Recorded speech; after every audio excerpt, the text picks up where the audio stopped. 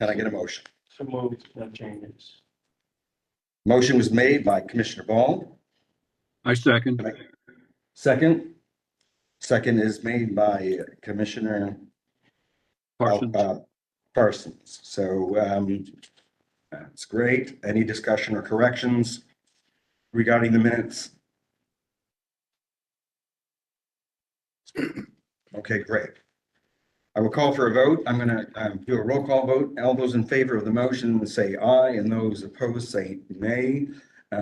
Starting with Vice Chair Parsons, Aye. Commissioner Alcon, Aye.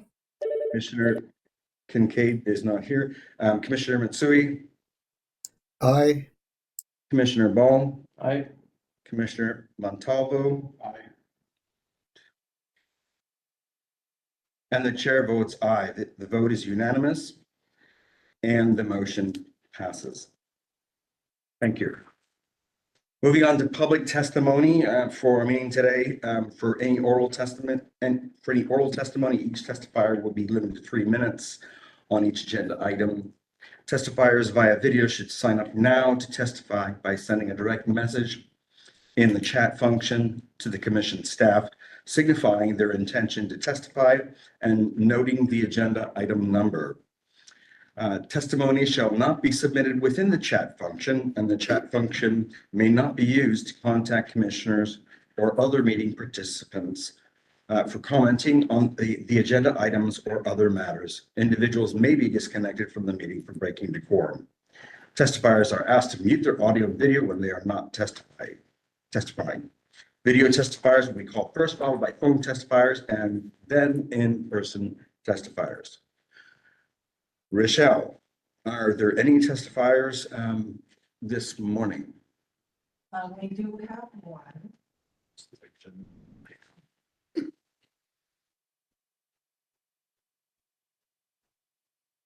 I don't want that in here. We have one testifier in person. In sorry. person?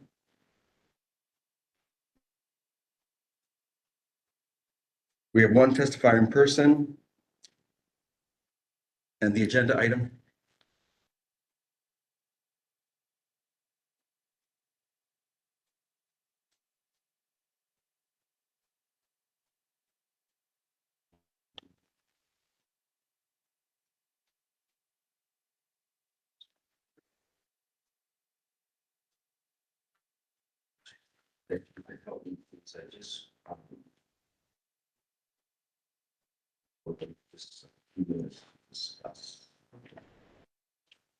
Not sure what, I mean, it's agenda, but just about personnel.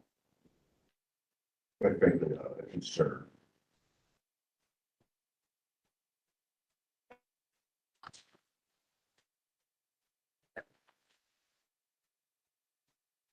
Maybe. We don't know the.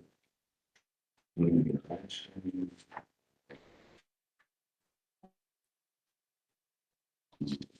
Second. Or grandfather passed away. I just had. Sure. Being somewhere to be appreciated.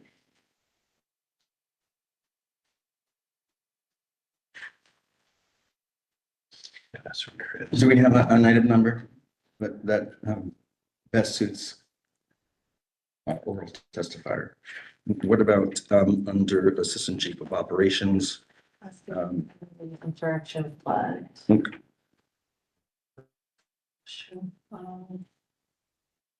Do we have to go in exec for this? Maybe? What we can also do is we can also hear what topic you'd like to talk about and add it to the next agenda.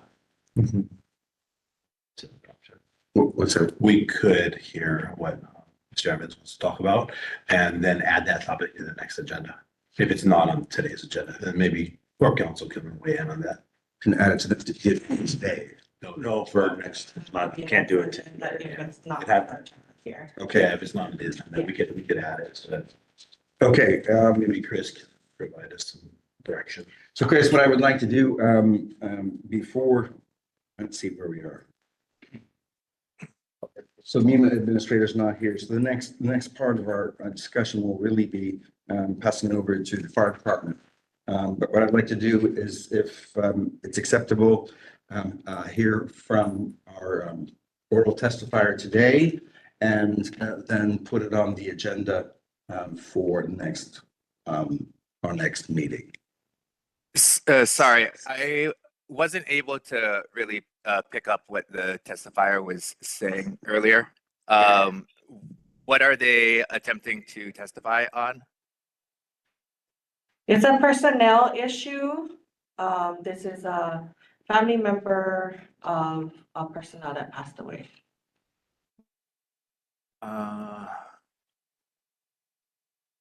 So the issue is there's no Yeah, agenda that's what item I'm- to really assign it to.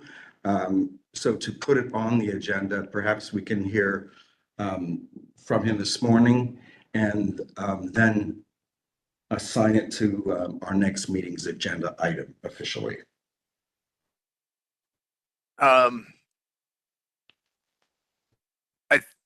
believe that because I'm trying to look through and see whether there's anywhere we could potentially put it in on the agenda, but I'm not really seeing I'm proposing that we put it on the not next one. agenda, but Yeah. we hear from him right now. Well, the normal rule is that in order to testify, it needs to be agendized, because as part of Sunshine Law, they want everyone, if it's going to be an item, they'd like everyone to have an opportunity to testify. And so if it's not on the agenda, they'd prefer it not being testified on at that time until it is on the agenda. All right, we're going to take a few minutes to take a look at the agenda this morning and to see if there's a place we can actually put him in and make it work. Is there anything, You want to take a recess? You can talk to him. Yeah. We can 5-minute recess. take 5-minute recess? Yeah. Is it okay?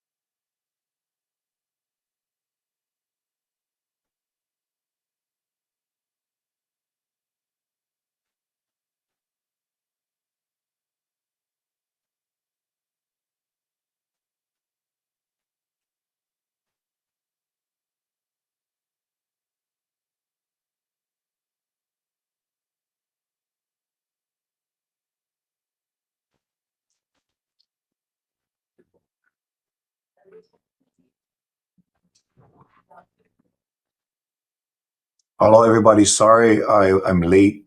Can I get a radio check? Hear you, Amos. I can hear you.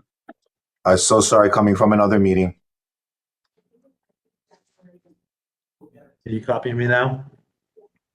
I can hear you, Chief. Hey, good morning. We're on a 5-minute recess. We're already on item 6, so. So, yeah, no big deal. We just got the testimony and there was somebody from the public wanting to testify. So we're trying to just make sure it's on the agenda. And so the chair is discussing it on recess right now. So we'll be back in a few minutes and we'll get rolling. Okay, thank you. Yeah, hope you're doing good, man. That's the response we usually get. Well, I'm here for you.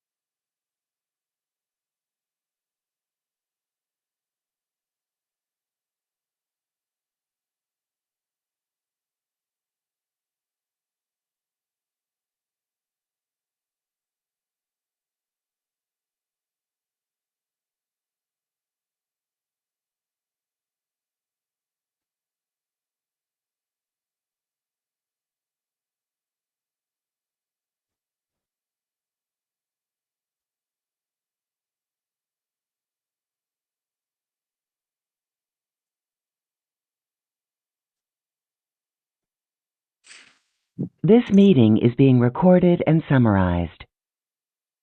Oh, great. Okay, great. Thank you, ladies and gentlemen, for allowing us to have that recess. We did have an oral testifier who was going to testify today, and there wasn't an agenda item that would be suitable for what he had to share. So We will be adding that agenda item to January's meeting. But before we sort of proceed with the meeting, he did want to express his sincere and heartfelt gratitude to the department for all they've done. So want that to be known. We have no other testifiers. Is that correct? But Amos is here now. All right, great. Okay, so the next item on our agenda is MEMA Administrator's Report on Activities. I will now turn it over to our Administrator of Maui Emergency Management Agency. Amos, take it away. Hello, Mike. How everybody? Sorry, once again, I'm late coming from a meeting. But let's go with the report. So, starting off with the reorg and our staffing situation, we had since hired a logistics technician on November 1st. This gentleman joined us from the university through a co-op program and now has become an employee of Maui County. At this point, he's been hired through the state workforce program, but he is on helping us as a part of our MEMA staff as of November 1st. We had an administrative assistant who was also hired on November 1st. So the big expectation is that he'll help me to manage the administrative duties of the agency moving forward and help me to catch up with all the things that I need to catch up on. Our training specialist has been hired as well. His starting date is December 2nd. Very skilled, very experienced training specialist that we're getting from the Guard. And I'm pretty excited about that. Our first comms person, information education specialist, starts on December 2nd as well. Super happy with her coming in to help our communications, our public education, and our community engagement piece, community preparedness piece moving forward. We have identified a CERT coordinator that is going through the process as well. That person will be hired through the state workforce program as well. And she's just going through the paperwork to get on board. We've had multiple conversations, discussions with DPS. Our priority hires right now, it's kind of going in phases, but our priority hires right now is our JS analyst that works in planning, our public affairs officer, and our hazard mitigation specialist is the three identified priority hires moving forward within hopefully in the next couple weeks. The next phase of reorg includes the development, establishment of an executive officer, which is my deputy, a finance chief, as well as relocations of our section chiefs, reallocations of our section chief positions. We had an after action report contractor through AC Disaster. I reported in the past. We did have our meeting. Chief Gisi was a part of that with Chief Yatusuri that represented fire. We had a meeting to discuss corrective actions that MEMA would have to take based on the observations of that third party team. That was on November 13th. It was somewhere around 20 different partners that came for that. The deadline for the final report was decided or determined to be December 2nd. There was a request for extension from the county because some critical partners were unavailable in the first and second opportunities to interview, and now they're available. So we want to be able to get their input and the report reflect, those critical input for a better report for MEMA moving forward. So the after action is somewhere in the middle of December, and I haven't gotten an exact date right now. The report will reflect the response phase of MEMA from the 7th to the 11th. That particular report does carry or bring in information that takes us to October, but that is just to understand and confirm the different coordinating elements that were happening during August 7th to the 11th. Genesis EVAC, we just had a meeting with Genesis EVAC. The original zones that we had with our evacuation software and our evacuation contractor, which is Genesis EVAC and Ladris, they had an initial zoned out county that wasn't designed by them. So we have to run the algorithm again, which includes the different threats, including historical fires and tsunami, as well as flooding threats. Ran the algorithm. We just got the new updated zones a day or two ago.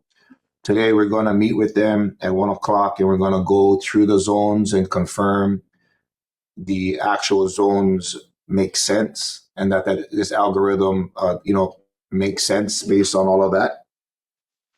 We do that today at 1:00 from 1 to 3. Eventually, we'll take it off or take it to the county partners and for their input and then their training. We are discussing an education campaign before it goes online in January 1st. That's our maybe our ambitious or over ambitious goal. Hopefully, we can meet that timeline. But as more and more information comes in, it's likely that we'll extend that a little bit more out. We're scheduling a kickoff meeting for Molokai and Lanai and East Maui as well. Molokai and Lanai in the development of their zones and how the zones will work for them. That's being scheduled really soon. Training wise, like I said, our training specialist is coming in December 2nd, which will help us develop and implement all of the training vision that we have moving forward. We did have a G191, which is an ICS EOC interface class. We had 3 separate classes in November. The classes went really well. And we had multiple partners statewide come in and participate in those classes. And but we had many county partners there as well. So it's really great opportunity for us to continue to connect and coordinate. The ICS 400 class, the MFD is throwing December 2nd and 3rd, I believe. Our MEMA staff will be in that as well. We have the 0305 class, the IMT class that's on Oahu right now. Our planning section chief is in that class. We are exercising the IMT in coordination with fire and other county partners for the MIT. That's moving along well. We're going through web EOC training for all of our MEMA staff. We had an initial CST meeting to train with the 93rd CST in planning for next year's full-scale functional exercise and different lanes trainings. We had a really great meeting with the partners yesterday with a focus on unified command and how we build out unified command and exercise unified command in that particular training. We have a mass care. I talked about mass care training. The initial planning is going to happen in December and exercise our mass care partners. We have PIO training happening on the December 5th and 6th, 10 to 12 of Maui County partners in media will be going, including our MEMA, our new MEMA staff. Distance tsunami drill. That was conducted, a statewide distance tsunami drill on October 24th. The Maui EOC was stood up for that to exercise the EOC, and I was out on Oahu to witness and observe how the state EOC works and improve any kind of coordination elements that we want. And then MEMA is training weekly on different various training objectives that we have for the agency. We did identify a CERT coordinator. Like I said, I cannot wait till that person is in place. That person will be funded through the State Workforce Project as well. And it'll help us build out our CERT program involving the community a lot more. MEMA and MFD is supporting the Teen CERT program in Lahaina for Lahaina Luna in December. And that is all I have to report pending any questions. Thank you, Administrator. Do commissioners have any questions? I have one. Is the after action report, is that on the county website? Yeah, it's not completed yet. The final report is coming out in the middle of December. And then we'll make it available unless Corp Counsel has something to say about it. But it should be available. Okay. I'm wondering if, whenever the time is right, that perhaps you can put together a presentation on that for the commission. Similar to how we have a presentation at the end, maybe kind of put that in its place one of our meetings, if that makes sense. Easy. Absolutely. No problem. Okay. All right, great. Any other questions for the administrator? All right, moving on then to the next item on our agenda. The next item on our agenda is the fire department. Rochelle, do we have any public testifiers showing up? None. Okay, all right. I will turn it over to Chief Ventura. Good morning again, commissioners. Before I kind of get started, just thank you all for being here, taking time out of your week and days to review everything and be with us. I want to also take a moment to mahalo Chief Lindo. As he mentioned before, this is his last meeting with us. He'll be retiring and just a few more work shifts here. That's why the room is so bright. Because I smile today. But yeah, you know, it's working for any first responder frontline organization, you know, military, Coast Guard, fire, police, medics, lifeguards. It's a lifelong commitment, and it won't end next week, but the time that you've put in and dedicated to our community does not go unnoticed. So mahalo to you very much. Mahalo, Chief. Thank you. Absolutely. As you guys can see, Chief Lionel's joined us on the commission, and so there's that continued service forever and ever and ever. So doesn't go away. My report, I'll start with the monthly update, which is the 2-pager this month. This is what we send out to the station, kind of give them an overview of what's happening, because we can't always make it out to the stations. But we wanted to mahalo our Blue Card Command Training cadre this month, because in our after action report and after the August fires, we put a lot of time and effort and pressure on that cadre to enhance our command and control training. So they have accepted the role and spent many hours in the classroom, repping through our captains, AOs, and some firefighters on command and control training. And so we wanted to thank them. Much of this report I'll cover in Fire 2's report because he's not here today, but on the second page, firefighters do what firefighters do. The top pictures are Eddie Hinau's property. That is a retired fire captain from Lahaina. His house was burned down in the fire.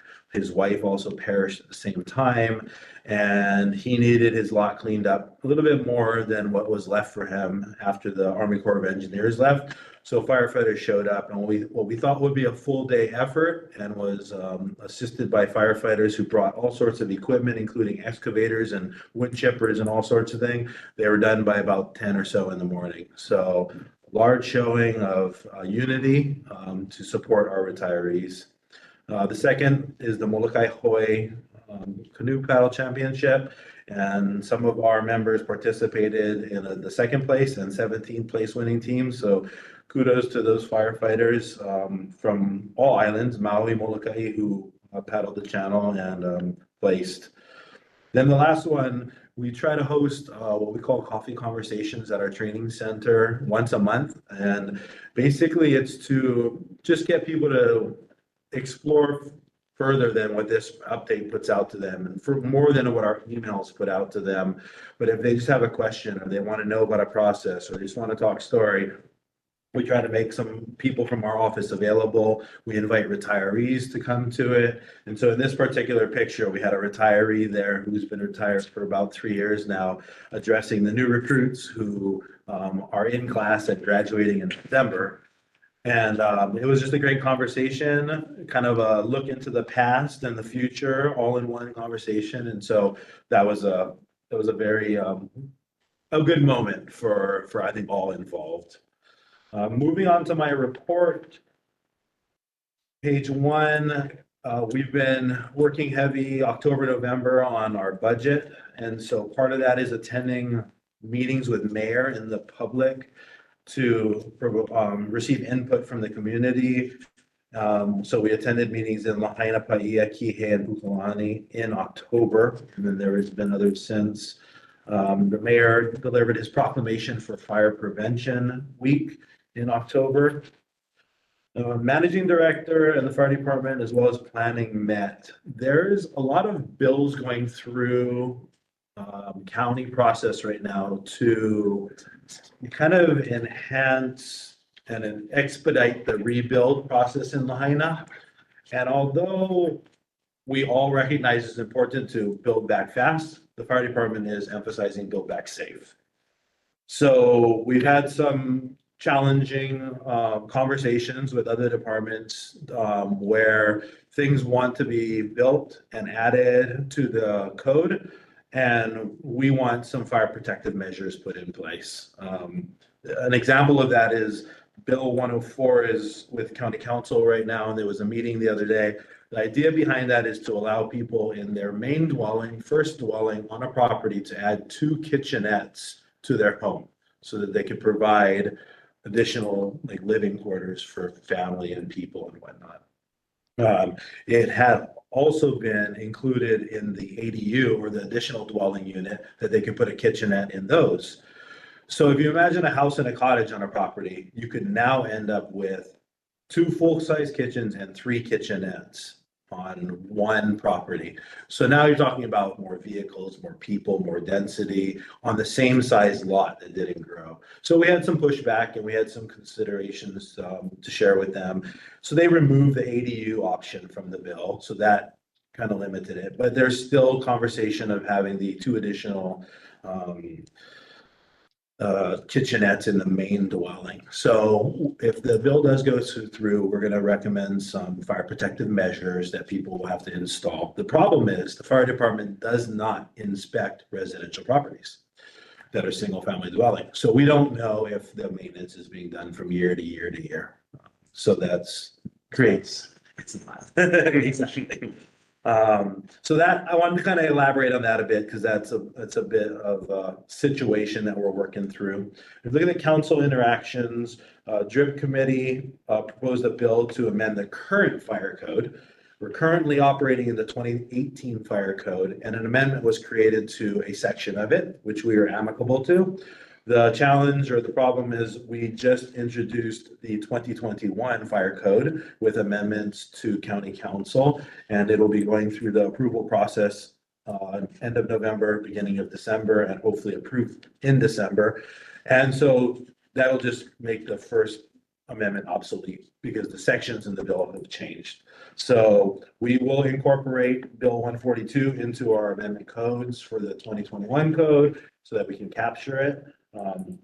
So that we do accomplish what we want to accomplish there. Turning to page 2, I'll highlight a few things here.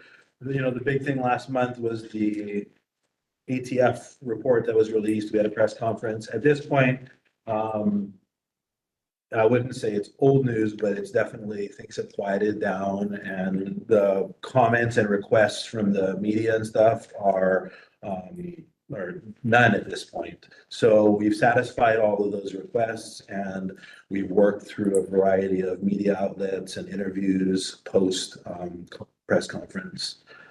The Maui County Wildfire Coordinating Group, about halfway down.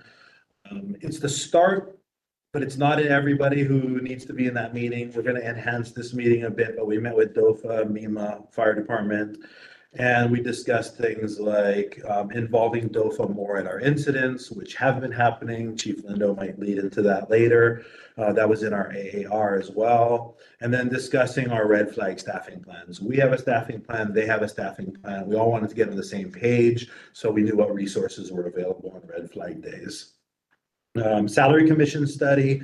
There's been several times that the fire commission and the salary commission and the department have been tasked with providing recommendations, numbers and whatnot.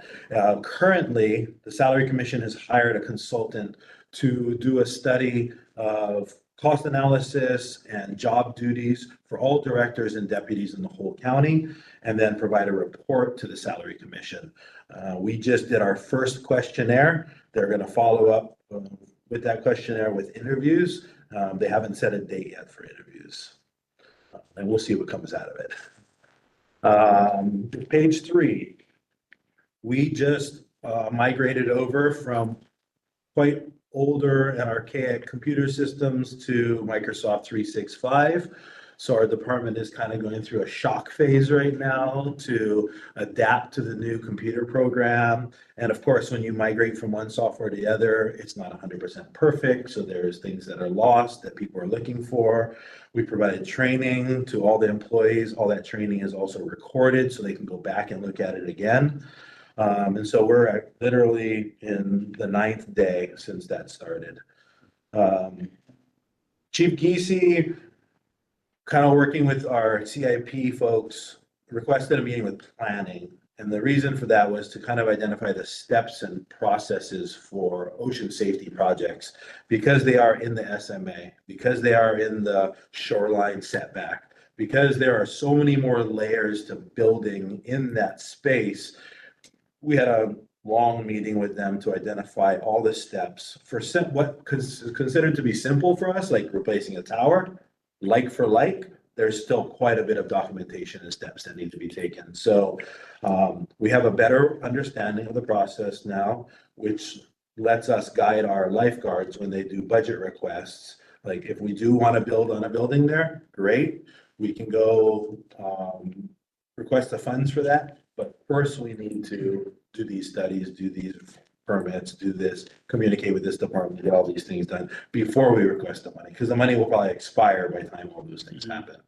So now everybody has a little bit better idea of the process and the time it's going to take to get through that. The last 3 items I'll talk about on page 3, FirstNet, as was mentioned in our AAR, to explore the use of FirstNet. We continue to do that. So FirstNet is the first responder network that is created on the AT&T platform, and it has its own broadband channel for emergency responders should there be a disaster. And some agencies in Hawaii are on it, some agencies are not. So we're looking at exploring and adding some technology onto our apparatus that's going to use this starting next year. U.S. Wildfire Administration or U.S. Fire Administration had a wildfire evacuation roundtable, and unfortunately they started at 8 a.m. on the East Coast, but we got up early to attend most of that meeting, and it's valuable. There's a lot of things going on nationally that kind of give us situational awareness, give us additional tools to share with our partners to make us a little bit more prepared of, best practices that are happening across the nation. We can share those amongst our, MEMA, fire, and the public here.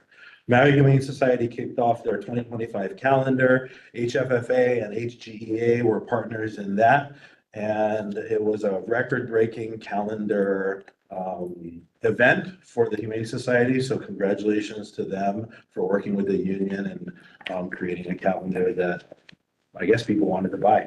That's good. I can pause there on the Fire 1 report and go on to Fire 2 when you're ready after any questions. Okay, any questions for Chief Ventura? I have a question for the Go chief. ahead. Technically, chief, what's the difference between a kitchenette and a kitchen? Good question. So in the bill, we did want language so that it would be clear. So we put things in the bill, for example, no 220 outlet. 2-burner countertop stove is allowed. So now you know, when you look at it, what's expected. If you see a range, we got a problem. If you see, and so right now we're discussing the propane issue. Because a lot of people are like, well, if the power goes out, you can still cook with propane. I said, okay, well, we usually don't like open flames in a house that's bigger than a candle, but we already have one kitchen. So we're a little bit resistant on the propane burners in a kitchen, being in the kitchenette, but that's the main definition. It also is not allowed in bedrooms. So you'd have to have like a second living room or an additional, parlor in your house or a den that you would be adding this to. Kind of where you would see a wet bar in the past, you could now see a kitchenette. Ah, okay. Does That it makes have to be a built-in? The range or The 2-burner. no, it doesn't have to be built in. Yeah, it can be a countertop 110 outlet 2-burner. But no What part of about- that definition has sink or, No, since they took wet bar and they kind of converted it to kitchenette, it already had the sink. So what planning department is saying is basically we're allowing this already. We're just allowing the same thing, but a little bit more. Because the wet bar included a sink already. So now a kitchenette is going to have some sort of cooking device. Could be a microwave, convection oven, convection countertop oven, like a toaster oven is a convection oven nowadays. It's all 110. Maybe they could have that microwave. Yeah. Thank you, any Chief. any other questions? Does the fire department inspect permitted vacation rentals and permitted bed and breakfasts? As they do have a requirement to maintain certain records, and it does say that in the permit that it's the fire department can inspect upon notice or something like that. Currently, the only time we'd be involved is and right now we're adding this to our responsibilities, is reviewing the first dwelling on a lot. So if somebody's converting a home and it's a use change, it may trigger. So let's say you had a church and you wanted to make it into a nightclub, bad example. But we would see that there's a change in use here. And so we would get triggered to go and do an inspection of the property. So I'm not sure if residential rental, it would trigger a significant enough change. But if it came up in the initial phase of construction, we're now looking at first dwellings, at least looking at the blueprints. Yeah. Okay. All right, great. You want to take over for fire two? Sure. So on Fire 2's report, I think I'm just gonna highlight on all of our hiring, it's a priority for us for multiple reasons. One, vacancies are a lot of times frowned upon because, like if you don't fill them, you don't need them sort of a thing. So between our administration and our HR, we're always pushing to work with DPS as quickly as possible to fill these positions. Sometimes there's a list and we get names immediately, and sometimes they have to go recruit and it takes months and months to get a list.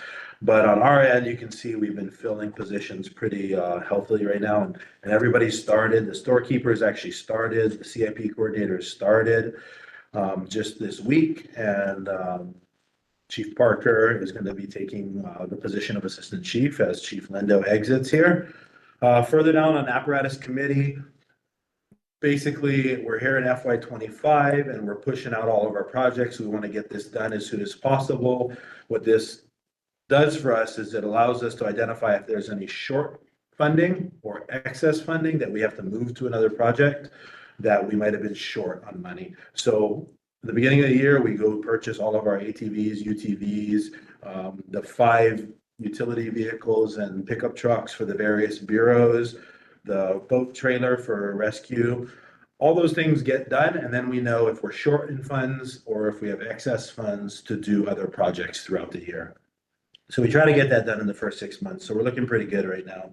That How and How Technologies is 2 trucks that are being purchased by the Sayer Foundation. And what we did was we had a meeting, we call it a pre-construction meeting, which is basically we look at the spec of the vehicle and we recommend, well, you want to use pump A, could you please put in pump B? If it's the same cost, yes, it's the same cost. All right, let's change it.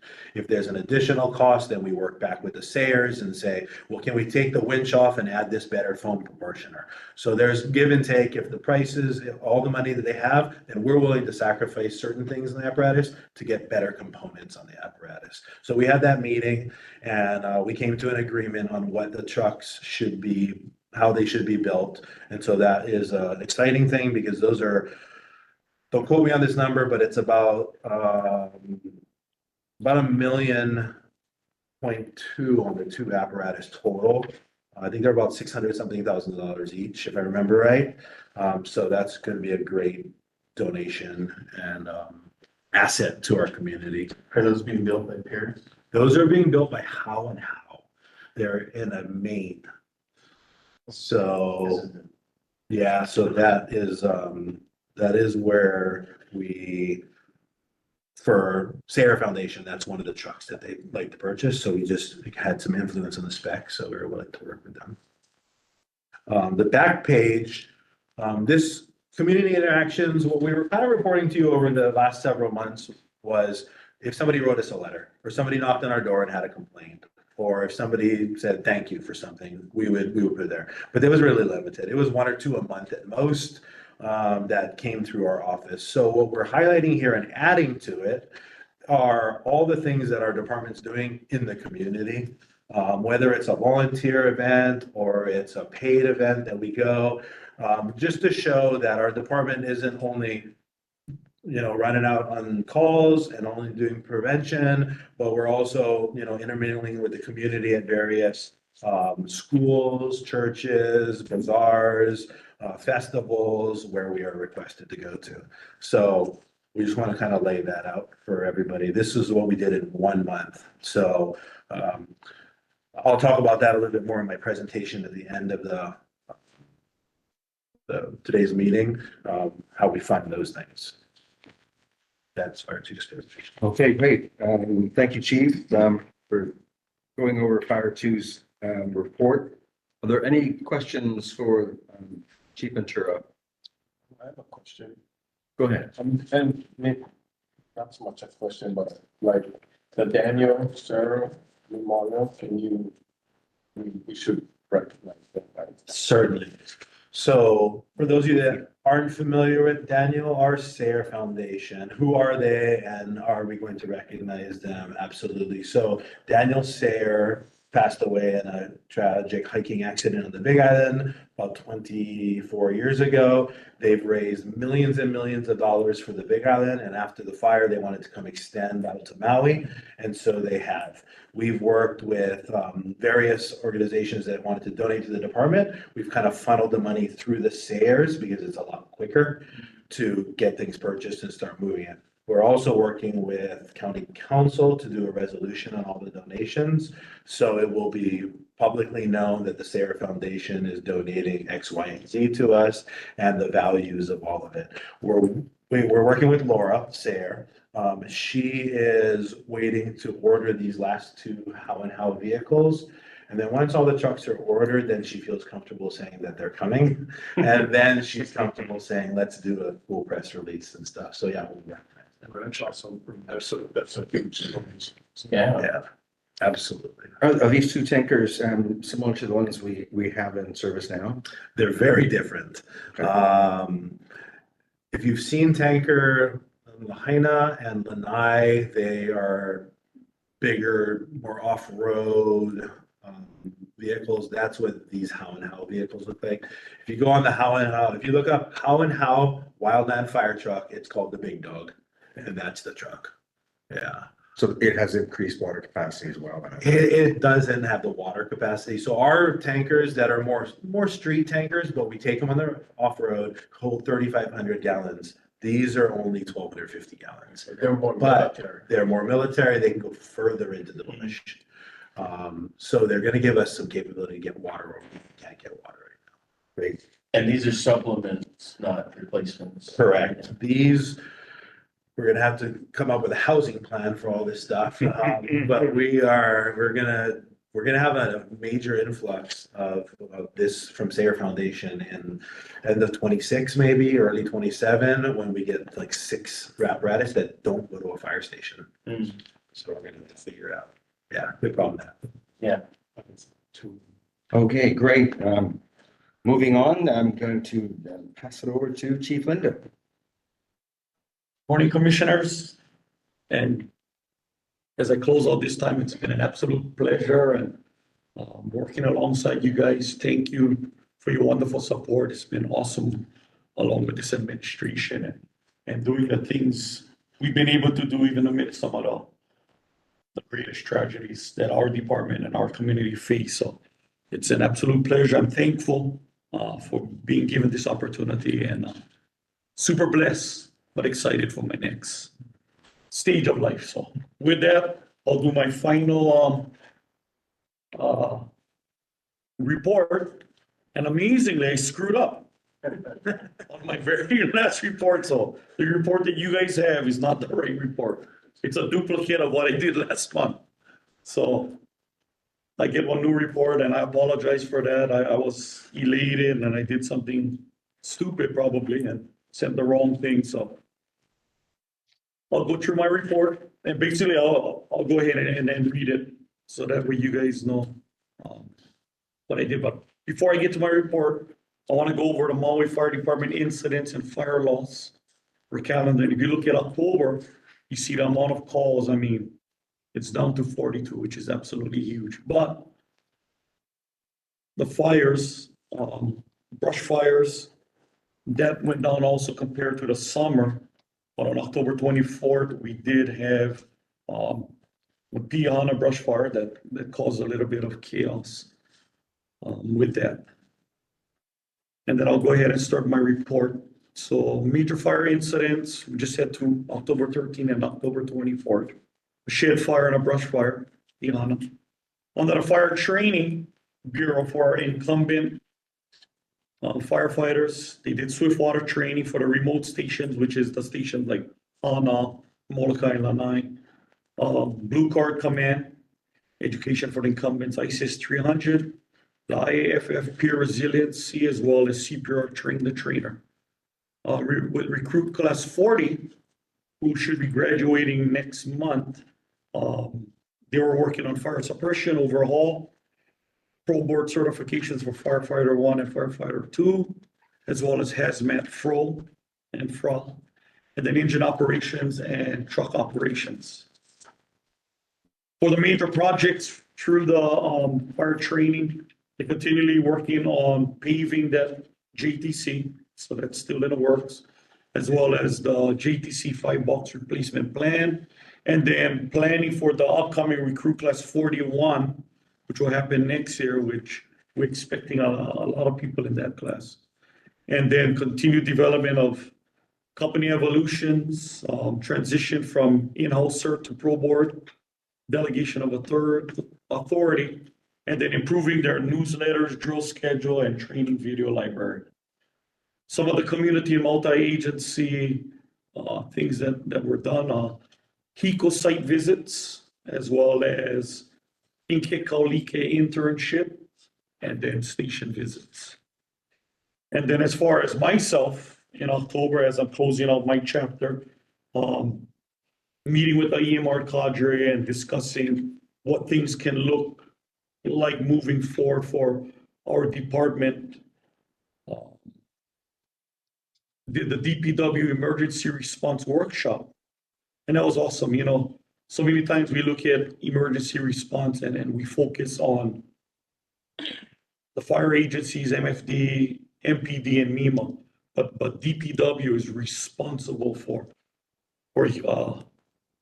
a huge amount of the things that we do in the world. So they absolutely, when we're looking at response, they're part of the package, yeah, and then that's what we're able to do.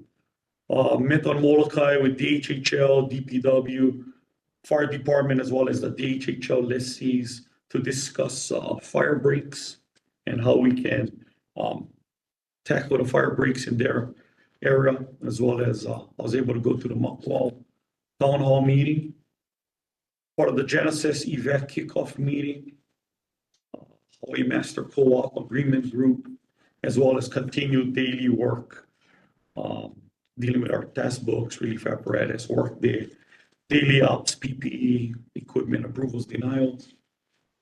And then passing along this information with a new fire tree, who's off camera right now. His name is Sandy Parker. Effective Monday, he's online, and I basically passed all my duties, communications and all that to him. So moving forward, he will be taking over all things, so that way when the transition will be better and easier. So I'm super stoked that he wanted to step up, or he was forced to step up. Whatever he makes of that, you know, but I'm super happy because of his leadership, what he's been able to do for our department, for our training, for the cadres, for so many different things. And I'm blessed that we get one of our own stepping up to the plate, and I'm excited for where our department is gonna go with him and this administration, and as well as you guys in moving everything forward. So God bless you all. Thank you very much. And any questions you might have, I'll let him answer. I don't have a question, but I do have a comment. Go ahead, Mr. Parsons.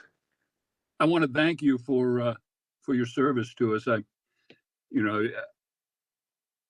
It's been great working with you since I've been on the commission. And all I can say is, God bless you in your future endeavors. And I'm sure this won't be the last time we'll see you. Absolutely. I guarantee it's not going to be the last. Well, thank you. Thank you, Commissioner Parsons. I echo that sentiment for Chief Lindo. I want to acknowledge you for all your years of service to the community, for your diligence and your thoroughness in the reporting, for your contribution to the commission, and just for being a super professional guy. And you will definitely be missed. And we welcome our new Chief Parker. Parker, right? Yeah, Parker. Okay. I'll chair. So thank you. Any questions for Chief Lindo?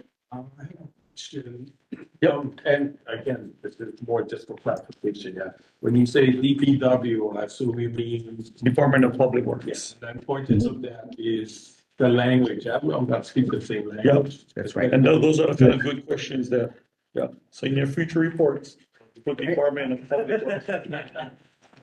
DHL, Department of Hawaiian Homeland. That's the important one. Since the abbreviation is brought up, I actually kind of made a note to myself too. So if when we're doing reports and presenting, unless the abbreviation is really, really obvious, maybe spell it out in case we had people attend the meeting from the community and it might be a little bit lost. So as I am. And then just one more, when we talked, you mentioned about the recruit class, and I think it's important that we understand the difference between, when we talk about hazmat, when you say hazmat pro versus the hazmat technicians, yeah. So the recruits are just basically getting that first response. Which is important. Yeah, but then, we do have a hazmat unit, and I'm looking at Chief Giese, but he's one of those, and we're lucky to have the specialists in the hazmat classification that they do, right? So Sandy, future reports, spell it all out. Yeah. Thanks, man. I have a question thank you for all you did for the community as well. Maybe you can come back, Pat, around. Yeah. The meet with EMR, that's the ambulance, right? Or no? So we have a cadre that specializes in teaching first response or CPR and all of those different things Within the department. within the department. Yeah. Emergency Medical response. It's just the level of Training and EMS practice. Yes. in our department. Yeah. So like EMR, basic EMT, paramedic. Yeah. Okay. So So it kind of leads me to this other question that I've seen that Oahu medics having problems, right? And they're talking about bringing them to the fire department and all that. Yeah. But they don't have that same staffing issue here, right? As they do there? Or do they? Well, I mean, I don't want to speak for AMR, but I have spoken to some of the employees lately, and with the addition of the additional medic unit in Molokai, it has put strain on the rest of the medics. Yep. Like they've been spread out a little bit more thin. Right. I don't know what their recruitment challenges are, but we just sent, so our cadre that teaches, we wanted them to be EMTs to teach EMR. So we just sent a handful of our fire department members through the training so that they could be kind of a step above what they teach. And they went through the program with those who probably ended up working on it as EMTs. Thank you, Ben. Okay. No more questions. I will pass it over now to Chief Kesey. Good morning, everybody. Good morning. As usual, I'll hit some of the highlights from my report and of course be open to any questions you may have. Some of these items were touched upon already. So if we start with the Fire Prevention Bureau, as Chief Ventura mentioned, the revisions and amendments to the 2021 version of the fire code are about to be heard and hopefully approved by County Council. The meetings will be this month and next month. It's worth noting, just for your awareness, they've already started looking at the 2024 version of the fire code. So fire code amendments are kind of like painting the Golden Gate Bridge. By the time you get to the end, you should have started over again at the other side, right? So that's just the cycle that we're in. We're always lagging a bit behind, because as I believe we've mentioned before, we use a model code provided by the National Fire Protection Association, NFPA. And then the state makes its set of amendments and the counties can make their own amendments as well. And NFPA issues its revised fire code every 3 years, I believe. A lot of their standards are 5 years, but I believe the fire code is every 3 years. Another exciting development is the fire investigation module in First Do. First Do is that suite of software programs that we've started to incorporate. We've already been using it for our pre-incident planning for a few years now. We're making really good progress actually on being able to switch over for our incident reporting software to First Do. They have an incident reporting module as well as a staffing module. We're also going to be using First Do for our routine equipment checks.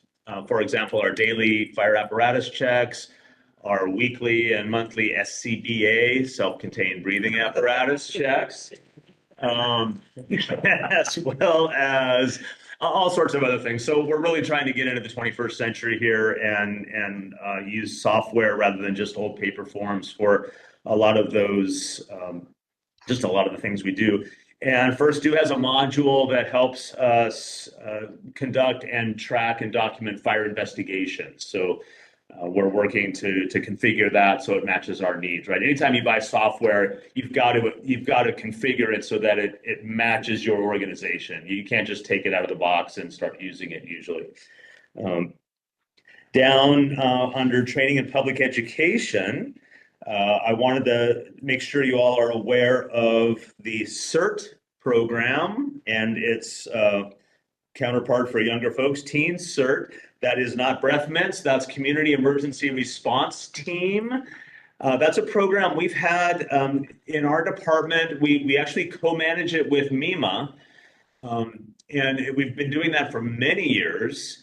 And that's an effort. The curriculum is based in a nationwide curriculum that we've adopted here. And we try to get teams of trained civilians to be able to work in their communities in the event of a disaster, because we're not always going to have enough professional emergency responders to get to them immediately. So that program teaches things like basic first aid, light search and rescue if there's structural collapses, things that civilians can do with minimal equipment safely. So we teach them how to do that, some basic fire control for small fires that you can put out with an extinguisher. So the sorts of things that can be very useful out in the community when the normal 911 professional response is not immediately available. So our folks went and did some training with the Teen CERT program, and that's a program Administrator Amos mentioned it in his presentation today, the CERT program, Community Emergency Response Team. So we're really looking to continue that and find new ways to utilize them as a resource. One of the big challenges with CERT is you provide training for this major disaster event, and everybody's really excited. And, fortunately, major disaster events don't happen all that often. And so sometimes the interest wanes, training wanes, skills wane, organization wanes. So we really want to keep them active and involved so that they can put their training to use. Moving down to community meetings. So one of the big issues that we're dealing with and have been since August 8th of last year, well before that as well, but really it's been highlighted since then, is management of hazardous vegetation and how to actually effect that in Maui County. A lot of people are under the impression that, the fire department's going to mow the entire county, right, and keep all the vegetation lean and green, and that just is not a realistic expectation. So we're working with a variety of organizations and council members and managing director to try to find ways to do that effectively here as a community-wide effort. So there have been some meetings about that, and will continue to be for quite some time. Going on to the Health and Safety Bureau, all I really wanted to highlight there was the effort to really get our fitness equipment and fitness facilities up to the par that we set. So they've been doing good work with that. In fact, we're getting some quotes today for some more rowing machines and treadmills. So that's amongst all their day-to-day operations. That was a special project they were focusing on last year. Moving on to CIP and major facility highlights. Just worth reminding ourselves, we did a lot of professional facility assessments. We got stations 1, 2, 3, 4, 5, and 6. That's Wailuku, Paia, Lahaina, Kaunakakai, Makawao, and Kihei. They also did an inspection right here at Station 10. We're waiting for that report. That's the Kahului station. And we're hoping to continue those assessments with funding in next year's budget. So that's something that we'll try to continue. And then, of course, we're utilizing those reports to help make proactive plans for repair and maintenance of our facilities. I know I've talked to you about the transfer switch in Lahaina, but worth noting, that's going to be the first project for our new CIP coordinator, who has a background in electricity. He was working at HECO, Hawaiian Electric Company, until he came over to us. And so we're really excited to have him on board, and just wanted to highlight how useful he's going to be. Some good news to report: the Makawao Fire Station Carport Workshed project. We did the final walkthrough this month, and there was a small punch list of items that were finished yesterday, supposedly. So I believe while we're meeting right now, our construction manager is over there verifying that that project is all complete. The rest, I think, are things that we've reported already. There is one issue out with our Haiku fire station. Please forgive me for not pronouncing this in a perfect manner, but the Kapa'akai analysis was completed, and there is a citizen making a claim to ownership of a certain aspect of our property. There's lots of details we have to work out and verify with that, but that may end up being a complication, something we'll have to resolve before we were able to make progress out there in Haiku. Other notable highlights, Chief Ventura is going to talk more about the budget today. I gave the presentation last month on the basic components of the budget. One thing I think is worth highlighting is, and it seems, God, maybe just because I wasn't involved in this before, but it seems to be something happening more and more, unfortunately. But we did have 2 retired firefighters who passed away recently, and the services for one were a short while ago. So we provided our honor guard there, as well as our vintage fire truck to be part of the ceremony for that firefighter. And we have another one whose service is coming up early next month. So that is something that the fire department does for retired members based on the wishes of the family and our capacity. But we always do everything that we can do to help make that memorial service what the family envisions. When people go through this career, sometimes it really is an important part of their identity. And so when you kind of acknowledge what their life meant, they want to have that aspect of their life be represented. Chief Ventura mentioned our meeting with the planning department, which was exceptionally helpful for us to get clarity on just how that process works. It's no longer quite the black box it was. It's a grayish box now, a little more light, but nonetheless, we made some good progress there, and some more good news to report. Can't believe it took this long, but it's done. We finally got an agreement signed. There's 2 pieces of good news. We finally got the agreement signed between Kyoya, who is the parent company for the Sheraton out at Kaanapali Beach, an agreement between Kyoya and county for adding a lifeguard tower out at the area we call Black Rock or Pu'ukeka'a. In my naivete as BC 7, that's Battalion Chief 7. I thought that would be about 2 weeks. It turned out to be over 2 years of back and forth, but that's still plenty of distance between now and actually functioning tower out there. But that was a huge milestone, so we're really happy about that. The other thing, it's not in my report directly, although it is mentioned here, the FEMA public assistance. But in my hand right now, these are photocopies.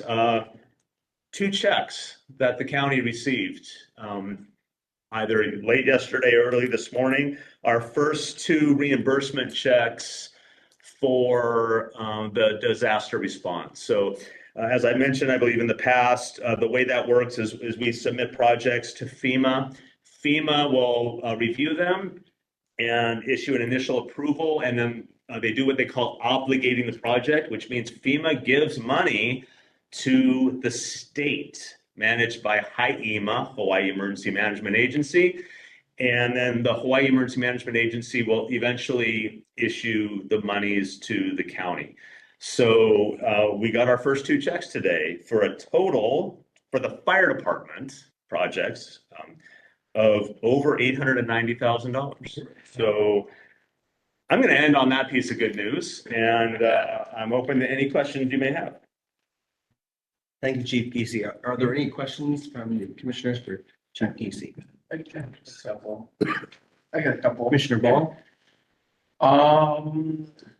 This professional facilities assessments, and are they looking at all aspects like renovating bathrooms and this roof or whatever it is? Yes. So the idea there is, we can go to our facilities and take a look and say, oh, that looks kind of old, or that looks kind of good, or I don't know. But we need real professionals to be able to tell us, especially about the large scale projects that we need to plan for well in advance. The roof is a great example. So we've had some roofs been identified needing some work, right? And that's something that we don't know about until the water starts leaking through and it needed to be fixed already. So that's kind of what that is. They're looking at a wide variety of things, especially those major things that an ordinary person wouldn't be qualified to assess. Right. Yeah. So they bring in a team of engineers and architects and stuff. They look at, and each report is a book.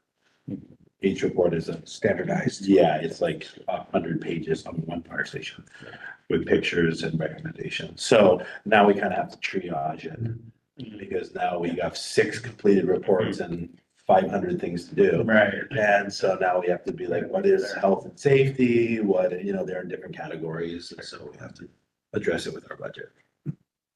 I have a question for you. Okay. You see that the last item on your report, memorandum of agreement with Space Force? Yes. Comment on that? Sure. So, as many of you may know,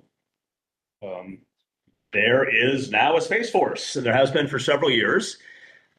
And the Space Force took over many of the facilities that were formerly operated by the Air Force. And there are 3 such facilities here that we know about.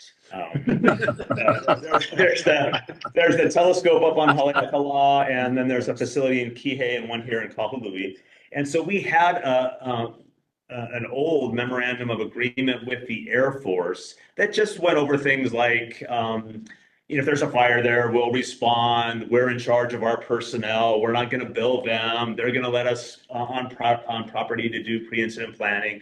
Very, very basic kind of common sense things. But because they're a federal agency and this is federal property that technically could be considered out of our jurisdiction, we have this memorandum of agreement.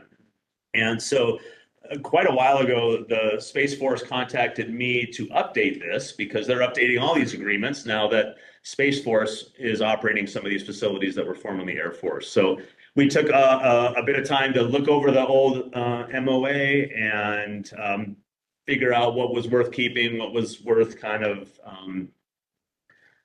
shaving away, or what wasn't really applicable anymore. So we updated it and made a new version. Corporation Counsel had looked and thought that from a technical legal perspective, we needed council approval to enter into this MOA. We couldn't just sign it ourselves.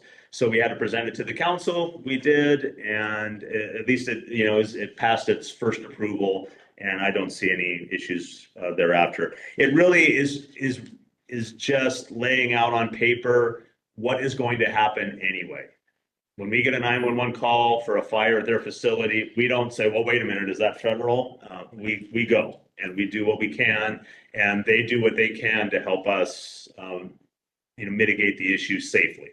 So that's what that's about. Great. Awesome. I got one more question. Sure. The Sheraton, and how is the Sheraton involved with that whole thing? Great question. So the proposed lifeguard tower that would provide surveillance of the area known as Black Rock or Pu'ukeka'a is going to be on Sheraton property. Mhm. So our current lifeguard facilities are at county beach parks primarily, and then we have 2 towers at a state beach park down in McKenna. So why are we considering a lifeguard tower in this area? Because historically, this is arguably the most dangerous stretch of shoreline in the state of Hawaii in terms of number of drownings that happen there. So it's been recognized for quite some time, many years now, that we should have a lifeguard facility there. Attempts were made prior, and they failed for various reasons. We tried again a few years ago, and we got support from all the stakeholders. And so we identified what we believe to be the best location for that tower. You may ask, why is it not on the beach? Isn't that the best place for lifeguard towers? And all else being equal, the answer to that is a clear yes. However, that beach disappears periodically based upon what's happening with the tides and such. So we needed to find an area where the tower could remain regardless of what time of year it is and what was happening with respect to the shoreline there. So the best place for the tower was identified as on Sheraton property. They've been very cooperative with us, trying to work with us to basically let us do this. It's in everybody's best interest. So that's why the Sheraton was involved, and then Kioya is actually the company that owns the Sheraton, so they're the ones that had to enter into the agreement. Yeah, it's definitely needed over there. Yeah, and I'm glad that they aren't taking the Honolulu Tower away either. Yeah, that's never been, well, that hasn't been our plan. It was an idea in the past for various reasons to just move it there, but that's not our current plan. We want to keep the tower there at Canoe Beach, as it's often called, and then add an additional tower at Pu'ukeka. Is this the only tower that's on, will be on private land or? Yes. Yeah. And the agreement with Sheraton, they've agreed to give us parking. They've locker space, storage for our equipment. So a lot of good reason to do it with them and that property. Yes. Yeah, otherwise we'd have to haul everything away every day. Yeah. Park on the street or park at the shopping center in Lake President to walk down there. Yeah. So, yeah, I think it's gonna be a good match. That's wonderful to hear, yeah. Okay, there are no other questions for Chief Kesey. I will turn it over to Chief Bedlaw. Okay, this is my report for October for the Ocean Safety Bureau. We'll start with the incident report. There's a spreadsheet also, I believe you can follow for the numbers, but ocean rescues, we had 22 in the month of October, 15 coming by rescue watercraft. Our beach attendance total 306,179. Preventive actions, we had 14,161 with 28,406 public contact. We had 11 medical assistants and 2 of them required assistance of AMR medics. That's my attendance report. And for the border report, pretty short one for us. We had October 1st, we had an ocean safety presentation for Hawaii School. 99 students from ages 9 to 10. We continued with a Zoom meeting with work life and our DPO, Jimmy Adams, regarding peer support and internal affairs going on with ocean safety. On 10/18, we had another ocean safety presentation for Hawaii School with 90 students, ages 5 to 6. 24th, at a meeting with the planning department, as Chief Kesey spoke about, they touched up a lot about that. Very good meeting, especially for me, new to this permits and things. And on the 25th, I had another Zoom meeting, a continuation of things going on with ocean safety. On the 10/18, we had negotiations, I believe it was with a chief. That's the order one I put on. Continuation of the bargaining unit negotiations for ocean safety. 10/28, we had a health and safety fair at the Fairmont Kialani. Down had about 150 participants, ages 18 to 65.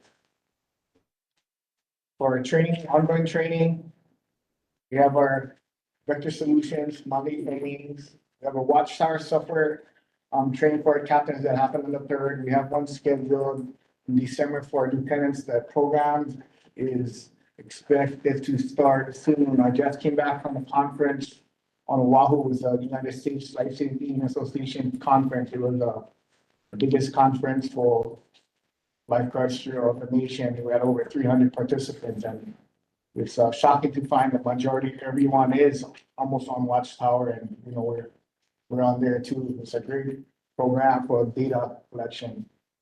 We also had our ongoing makeup trainings for our USLA, United States Life Saving Association certifications. And lastly, we have the OSP Recruit Class 8, which is scheduled to graduate December 19, and with them graduating, we'll be transitioning to 10-hour days, hopefully by April, to better serve the public. And before I close, on behalf of Ocean Safety and myself, we truly want to thank Chief Rendell for his support and everything he's done. It was an honor to work with you, and wish you the best. Stay safe, riding your horses, and we hope to see you soon. Mahalo, Chief. Any questions? Let me know. Any questions for Chief Bedlaw? right. Thank you very much for your report, and I guess we'll turn it over to Chief Ventura for our presentation for today. Excellent. Thanks again. While Rochelle loads the PowerPoint, I'm sure you all have it in your packet. All right. Some of this is going to be review, as what Chief Geesey went over last month, and then some of it will be new. Thanks, Raquel.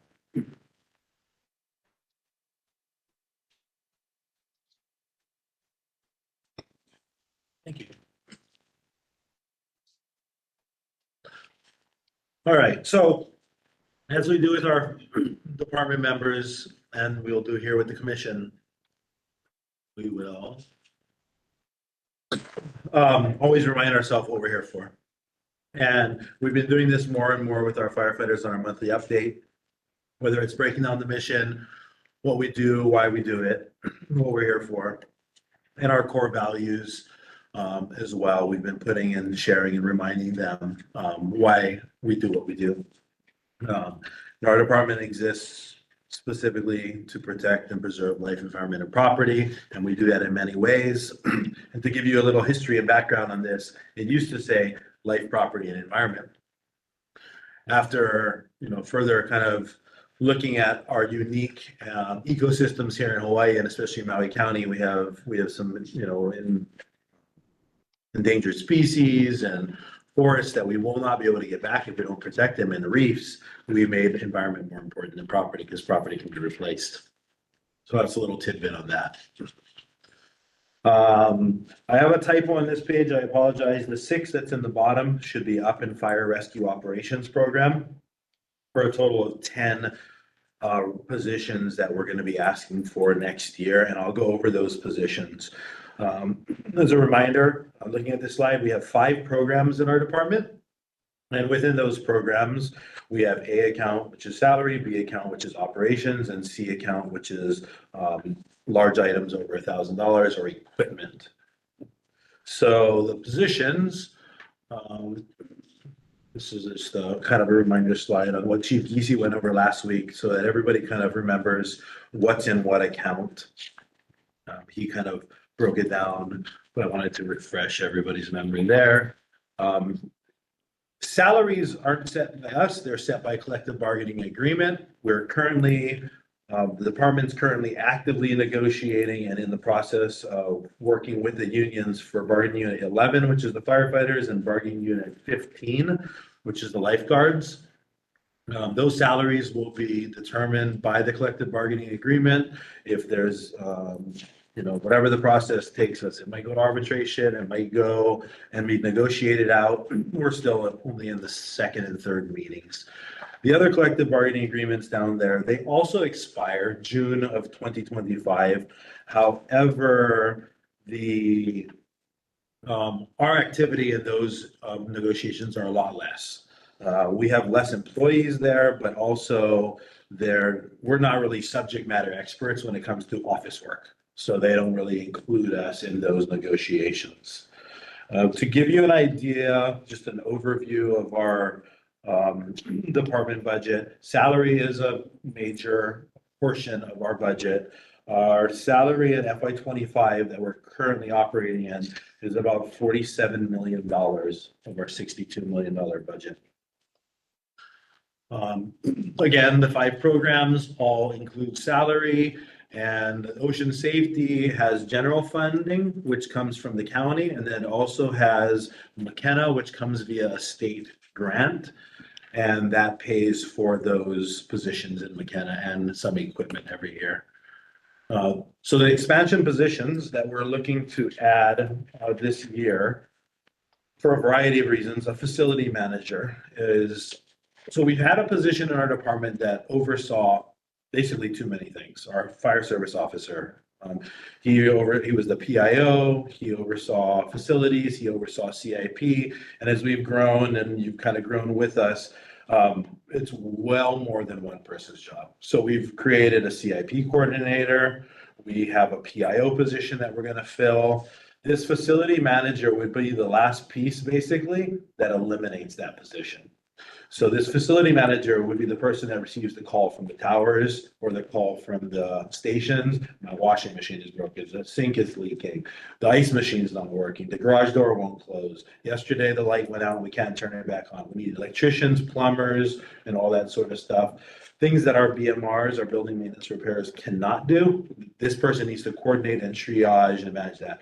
That still takes a lot of time of our FSO every single day, and every single weekend things pack up, and then Monday is like all day triaging things.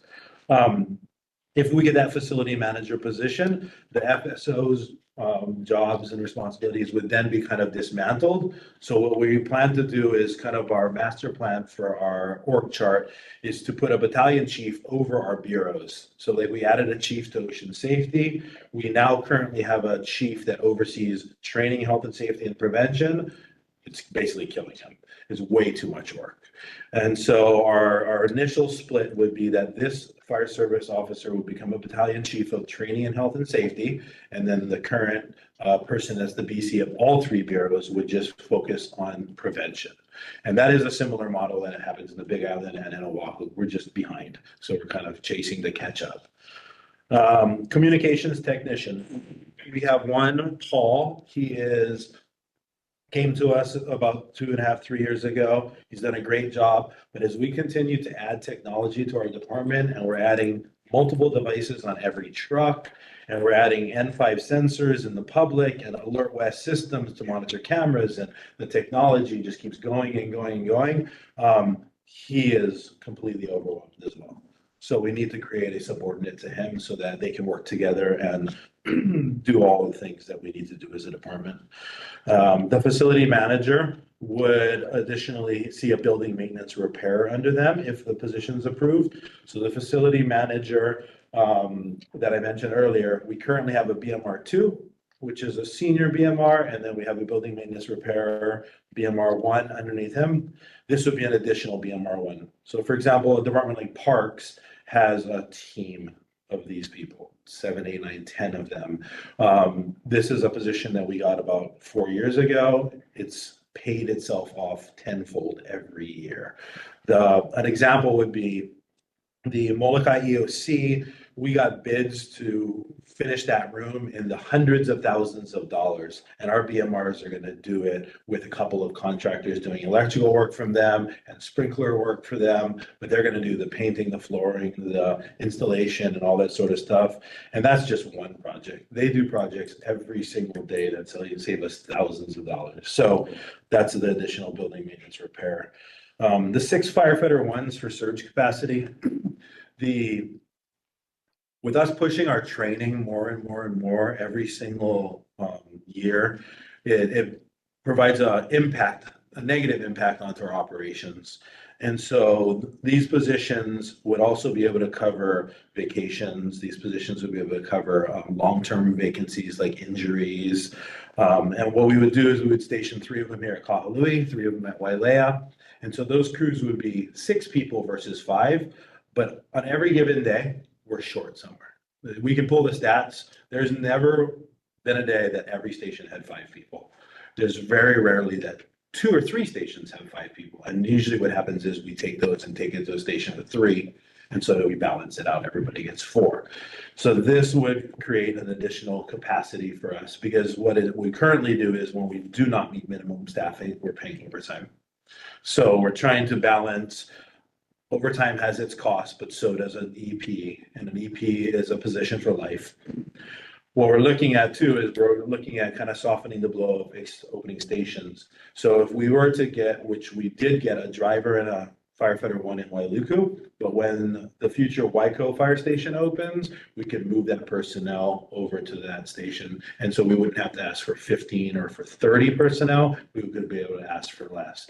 This is something similar. These 6 firefighters that were stationed at Wailea and Kahului could be absorbed into a new station, whether it's Haiku or as we grow the station, as stations grow, then we can have more coverage, we can do more training, we can pull more companies offline. But the way we are now, the battalion chiefs are very cautious about allowing too many people to go train because now our operations is kind of open and we don't want to do that.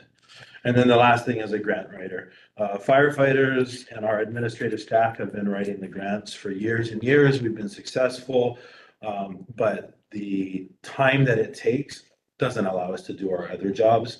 And so this is another position that basically pays for itself. Chief Kesey kind of goes over grants here and there when we get them. Sometimes they're in the hundreds of thousands of dollars per year per grant. So this is a position that would justify itself in going after multiple grants.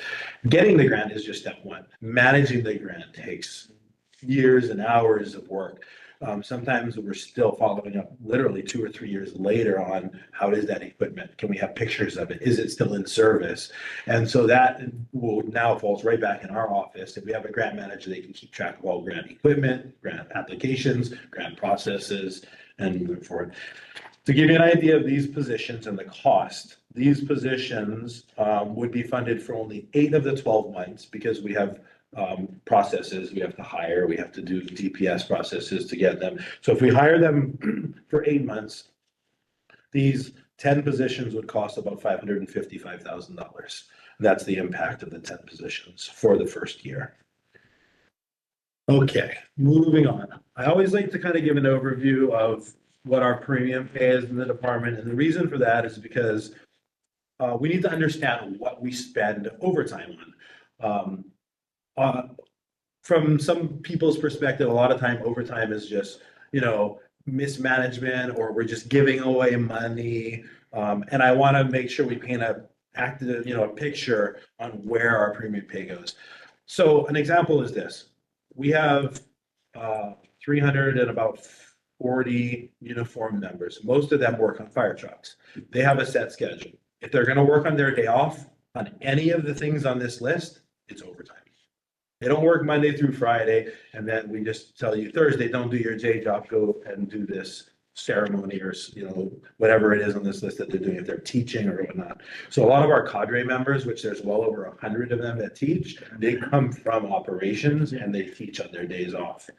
A lot of these things are in premium pay are negotiated by the union contract. So if they have hazard pay, if they go on the boat, if they go on the helicopter, they get hazard pay. If the captain is vacant and somebody steps up and is temporarily assigned, they get premium pay for that position. So we try to lay out and keep track of all the things that we pay premium pay for to give an idea of where the funding is going. In our department, we have over $6 million in premium pay for all 5 programs. An example of an incident that impacted premium pay was the Lahaina fires of 2023. I think we were in the neighborhood of $600,000 to $800,000 in premium pay that month. So, when we have callbacks right now, we're doing red flag staffing, that's all overtime. If we're going to add 2 apparatus, we're paying people on their day off. So this is just for your reference, just to kind of understand all the things that we do outside of their normal assignments. Those that teach CERT also work on a fire truck. So when they go to teach CERT and work with MEMA, they're getting paid overtime. If any class is more than 1 day, there's going to be overtime. And many of our classes are 4 or 5 days. So in the past, there's been a struggle to receive premium pay from the council. And so what that really does is that cuts our public education, our public outreach, our training. It immediately just take a look at this list and see what disappears. And that's what we're then not able to do. So we need to justify our premium pay based on our work schedule. So that I just kind of want to always give you guys an opportunity to see all the different types. I have a question on that slide. Yes. So if a firefighter gets paid X amount of dollars for being a firefighter, and then they go to a job fair and sit there and they're not really fighting a fire, do they get paid firefighter pay for not fighting a fire? That is correct. They get their minimum pay. Yeah. Per the collective bargaining agreement, their pay is set. It's not set per that daily duty. It's set per what their expectation is. So an example, I guess, to expound on that is we might have somebody in training who may be doing some hazardous training, but a lot of times is doing coordination and logistics. They're a firefighter 3. Their base salary is the same as the firefighter 3 who might go to a fire tonight. Because that Got it. firefighter might be asked to jump on a truck and go to a fire. So, But okay, yeah, part B of my question is, would it be cheaper to just hire non-firefighters to do non-firefighting stuff? Like create a different position to do all of the non-firefightery stuff. Could it be cheaper? Because how much money does the county of Maui have? You've got 10 positions that's going to cost $500,000. And then you have all of these premium pay items. And I'm just wondering, could you share trainers with MEMA or something that would help to offset the cost to the department? Because it's a lot of money. Yeah, I think, that's a good idea. And if the training is in their wheelhouse, I think absolutely. I think that's why we kind of work with MEMA on the CERT program. And if we can lean on them to instruct more of it, it's at a civilian wage versus a firefighter wage. The grant writing, if we can get it out of a firefighter's hand who's getting overtime to write grants, and we can get it into a civilian position to manage, then we're paying less. Well, could a Only the firefighter, when they're like downtime and there's no fires, can't they write it when they're like at the station? We do ask them to put in some time there, but the union is always going to argue that's not in their job description. It's not other duties as assigned. It is, that 5% is, I agree, and trust me, we stretch that rubber band as far as we can, because, so we have a non-written agreement with those sorts of people. We tell them, we understand you're doing more than the person that's just waiting for the alarm. So if you are writing grants at the station, if you put in for, let's say, a few hours of overtime, give me a few hours of work at the station. So now we're actually paying them 50% per hour, for their grant writing. Right. So that's our kind of unwritten rule that we work with those people. So good point. Is there any way of knowing how much each of these sort of categories that take most? Is there one here, for example, that is the biggest draw on premium pay? Yeah. And sort of. So Workday was introduced to Maui County 3 or 4 years ago, and Workday was supposed to be the solution to that. So that if you worked overtime, you had a code and you could add all of these items as the code, and then we could just run a report, and then you could draw out what does honor guard cost every year. Unfortunately, this is a countywide program and we were not given all the codes we wanted. So we are improving. Chief Giese just convinced payroll to add pay codes for training. So if you're in this cadre, that cadre, you're teaching ropes, hoses, FGO, we'll be able to track what that cadre costs. But they would not give us, and we would take it, because then we could track exactly what you're saying. Yeah, exactly every program, every item costs in premium pay, but they would not build it in the software. Chief, I have a question too. Logistically, how is all of this information, the premium pay, everything, how is all of this presented to payroll? Is there a department within the department that handles it to send it to that department, or how does that work? To make sure I understand, are you talking about how do our employees get paid? And so we work with payroll? Or... How is the payroll? How is the payroll handled? The sheets that put together what the hazard pay is, the codes. Who is in charge of overseeing that when it goes to payroll? Okay, great question. So start at the timesheet level. So the employee, let's use firefighter for an example, they will fill out their timesheet on Workday. Electronic, they fill out, they put in their hazard pay if they have an incident, they put in their overtime if they taught. The first approver is the captain. The captain verifies, yep, all 4 of us went on that alarm. We all 4 should have night differential, night premium pay, whatever it is. And then if he has, I taught a particular program, the captain should verify with either training or the program director that you went and taught that day. And so that overtime is verified. From there, it goes to the battalion chief for approval. After that's all done at the station level, Melissa, who works in our HR, she reviews all timesheets. So at the end of the pay period for about 2 days, she just crunches 350 timesheets, and she looks for things that are blatant mistakes that somebody might have missed. Or if she sees like a double time on there, she'll double check it to make sure, okay, did that person work more than 36 hours consecutively? Or is this just a typographical thing and let's fix it? So she does that review. Then it goes to payroll. Sometimes there's kickback from them even. So it's going through multiple steps before a paycheck is cut. Is there a cap on overtime? There's not a cap on overtime. Did that answer your question, sir? Yes, thank you very much. I appreciate that.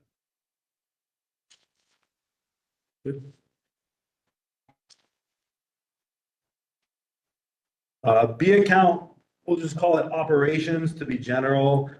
This is everything from electricity to uniforms to meals to repairs and maintenance of facilities, garage doors breaking, washing machines, refrigerators, all that sort of stuff.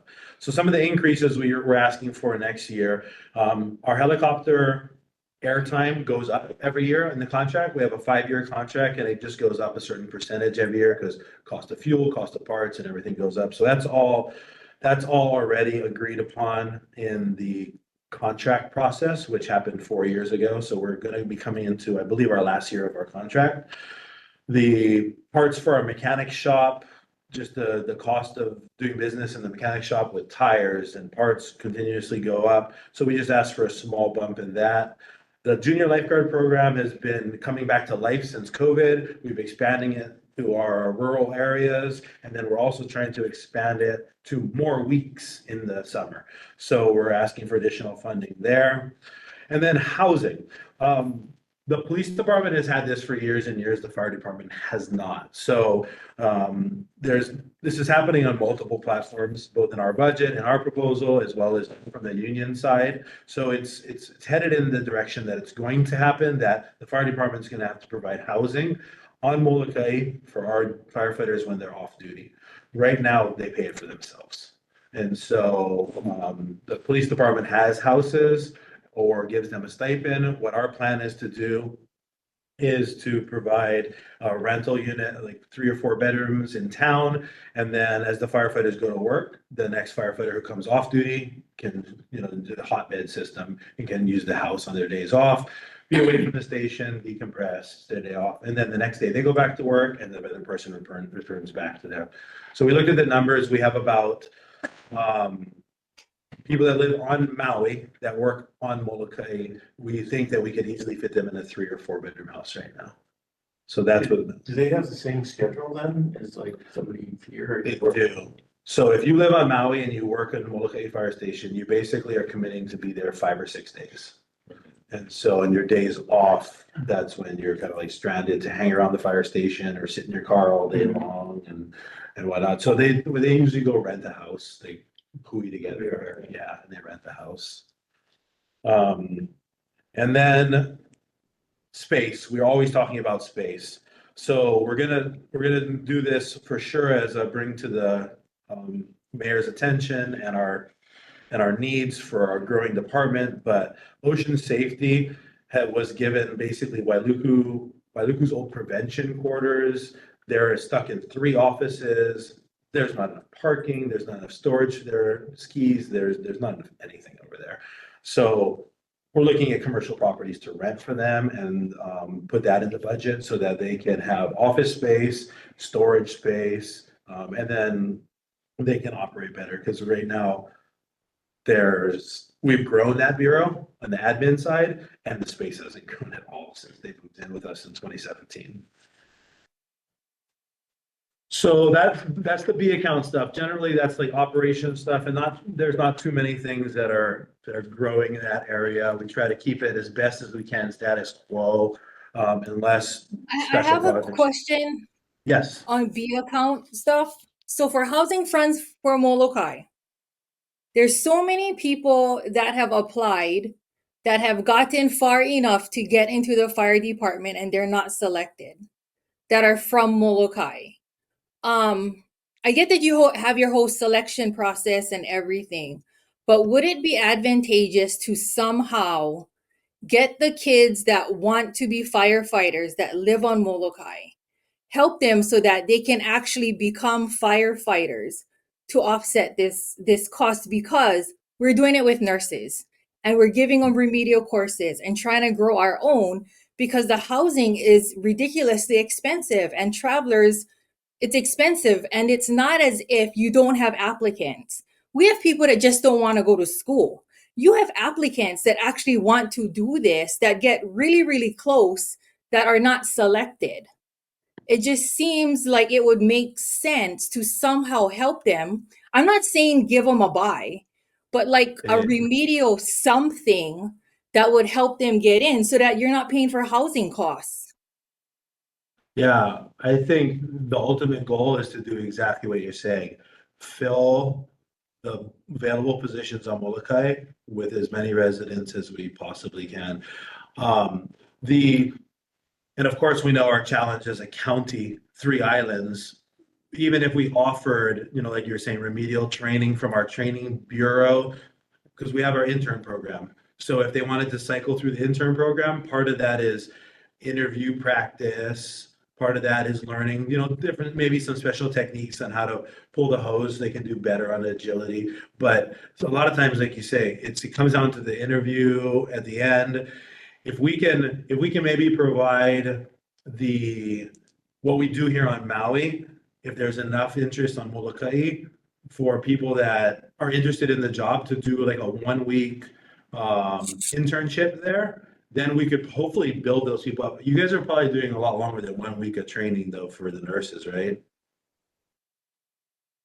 It's worth it. You will save all of your money doing it, and you will save stress on finding people to move here to do it. Trust me. I believe you. And there's a lot more benefits to having on island employees working for the fire department. If we have a major disaster and everybody lives there, they're all coming to work. Well, and here's the thing. If they get as far as your interview process, it's subjective. So you could have somebody in your interview process that just doesn't like the way somebody looks. I mean, I'm just being honest. I've sit in hundreds of interviews, or doesn't like a word that somebody said. I mean, you know what I mean? They've passed everything else. They got to that part. And then they get to the interview. They're from Molokai. I know a kid who's tried it 4 times already. And I'm just like, what the hell? Now you want to ask for housing because you cannot get people from Molokai to be firefighters? It's just, it doesn't make sense when you have, like, I wish I had as many people willing to be nurses, because I wouldn't have a staffing problem right now. Agree. I would get more things involved with the kind of just. Hanale, you're retiring. Yeah, so- Come help us grow our own firefighters. That's your next step in life. And just notice, me and Chief Sandy were already talking, because there's a program and we just was talking about it yesterday. So I'm gonna look into, because they're starting to do this on the other island. So I absolutely want to go ahead and reach out and help out our kids. Yeah, Lanai has that let's do it. more than us, because nobody wants to be a firefighter. So absolutely. Yeah, Molokai is definitely one, but Lanai, we have 18 positions and 1 resident. Yeah. So everybody boats in, flies in. So yeah, we in our mind, in all fairness to every other candidate who doesn't live on Molokai, we would love to see that happen. It would make everything so much easier. Because you're right, we pay airfare, we pay, now we're gonna pay housing because it's gonna be negotiated into the contract. So yeah, whatever we can do to lower the cost in the community is better. Thank you. So going into equipment, FY26 equipment requests, 5 programs, and the way we prioritize things, because we get pages and dozens of requests. priorities, compliance issues, items we need to have to remain compliant with either OSHA, HIOSH, or NFPA so that we are meeting the needs of the department. Second thing is health and safety of our employees. A lot of times that's personal protective equipment. And then third thing is operational needs. Maybe we have something, but it's aging out, but we need it replaced so that, you know, it's not going to be obsolete or not usable. That's the third priority. So starting with the admin program that oversees a lot of our civilian positions, and our battalion chief vehicles are going to fall in there. We're looking for 4 different vehicles. So we've added CIP coordinator. We're about to add a safety specialist. We've added more storekeepers. We've added more people to admin positions, but we don't have vehicles for them. So we're gonna ask for 2 vehicles that 4 people split. And so if you need to go run an errand, you need to go check a station, do an inspection, meet with a contractor, you would work around the other person's schedule. We're just trying to do it as frugal as possible. And then we'll see what that model looks like. And then if we need to expand it, we can expand it. When we do get new vehicles though, we do as best as we can to take things out of emergency operations, which needs to run every single day. And we put it in support services like the warehouse and whatnot. So we will stretch the life of everything as long as it's safe, as long as we can. And then in our after action report and also in the report done by the Attorney General, they recommended that we have some kind of surge capacity for our battalion chiefs to come in and then have vehicles to respond to calls. The reason for this was on the day in August, we had 5 of our battalion chiefs out in the field at various locations, and they're all in their personal vehicles. So this is just a way for us to create basically a standby pool, just 2 vehicles. There's 6 battalion chiefs, 2 are on duty already, and if 2 others need to come in, then they would have vehicles that we'd be able to go command incidents. The way we do it right now is if a BC is in command of an incident, it's basically taking them away from managing the rest of 911. We're calling in another battalion chief on overtime to staff 911 because it's hard to commit yourself to all the messaging to MEMA and managing your resources and then worry about the other 5 companies that are available for calls. So that's where these vehicles would come in, like that surge of battalion chiefs. Fire operations is always our most expensive one. So we're looking at apparatus in Makawao and Wailea are both 2015s. So add 4 years to today, and next year is when we get the money. So that's another 7 months. These apparatus will be 15 years old by the time these new ones reach Maui. So we like to get them replaced in the 12 to 15 year period, but because replacement times, as we've shared with you, have extended so far, we're kind of chasing that right now. And then, of course, when we go up to the next step and ask Mayor, this is over $5.5 million worth of just fire trucks. It's a lot to do. And so the Lahaina aerial and the 2 Makawao trucks are all 2015s. So when we take possession of these, if we do get the funding, we're looking at 2030. The fire equipment is a fund that we do multiple things with. One, fire equipment gets damaged regularly. It's just the nature of the business. So this allows us the ability to replace something that gets damaged. A self-contained breathing apparatus and tank costs $8,000. A nozzle costs $1,000. A thermal imager costs several $1,000s, and occasionally, things get ruined, they fail, they break. So this one allows us to keep operations moving and support all the equipment on the trucks. The Lanai tanker, right now, it's on our spreadsheet, it's on our list. We're looking at a couple of options for funding. One is grant funding through CDBG, which is Community Development Block Grant.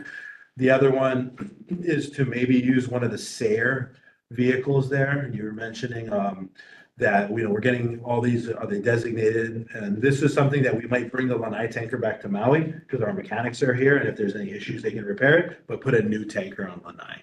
And because those trucks are actually ordered already, we're ahead of the game by about a year, this project, if we do that.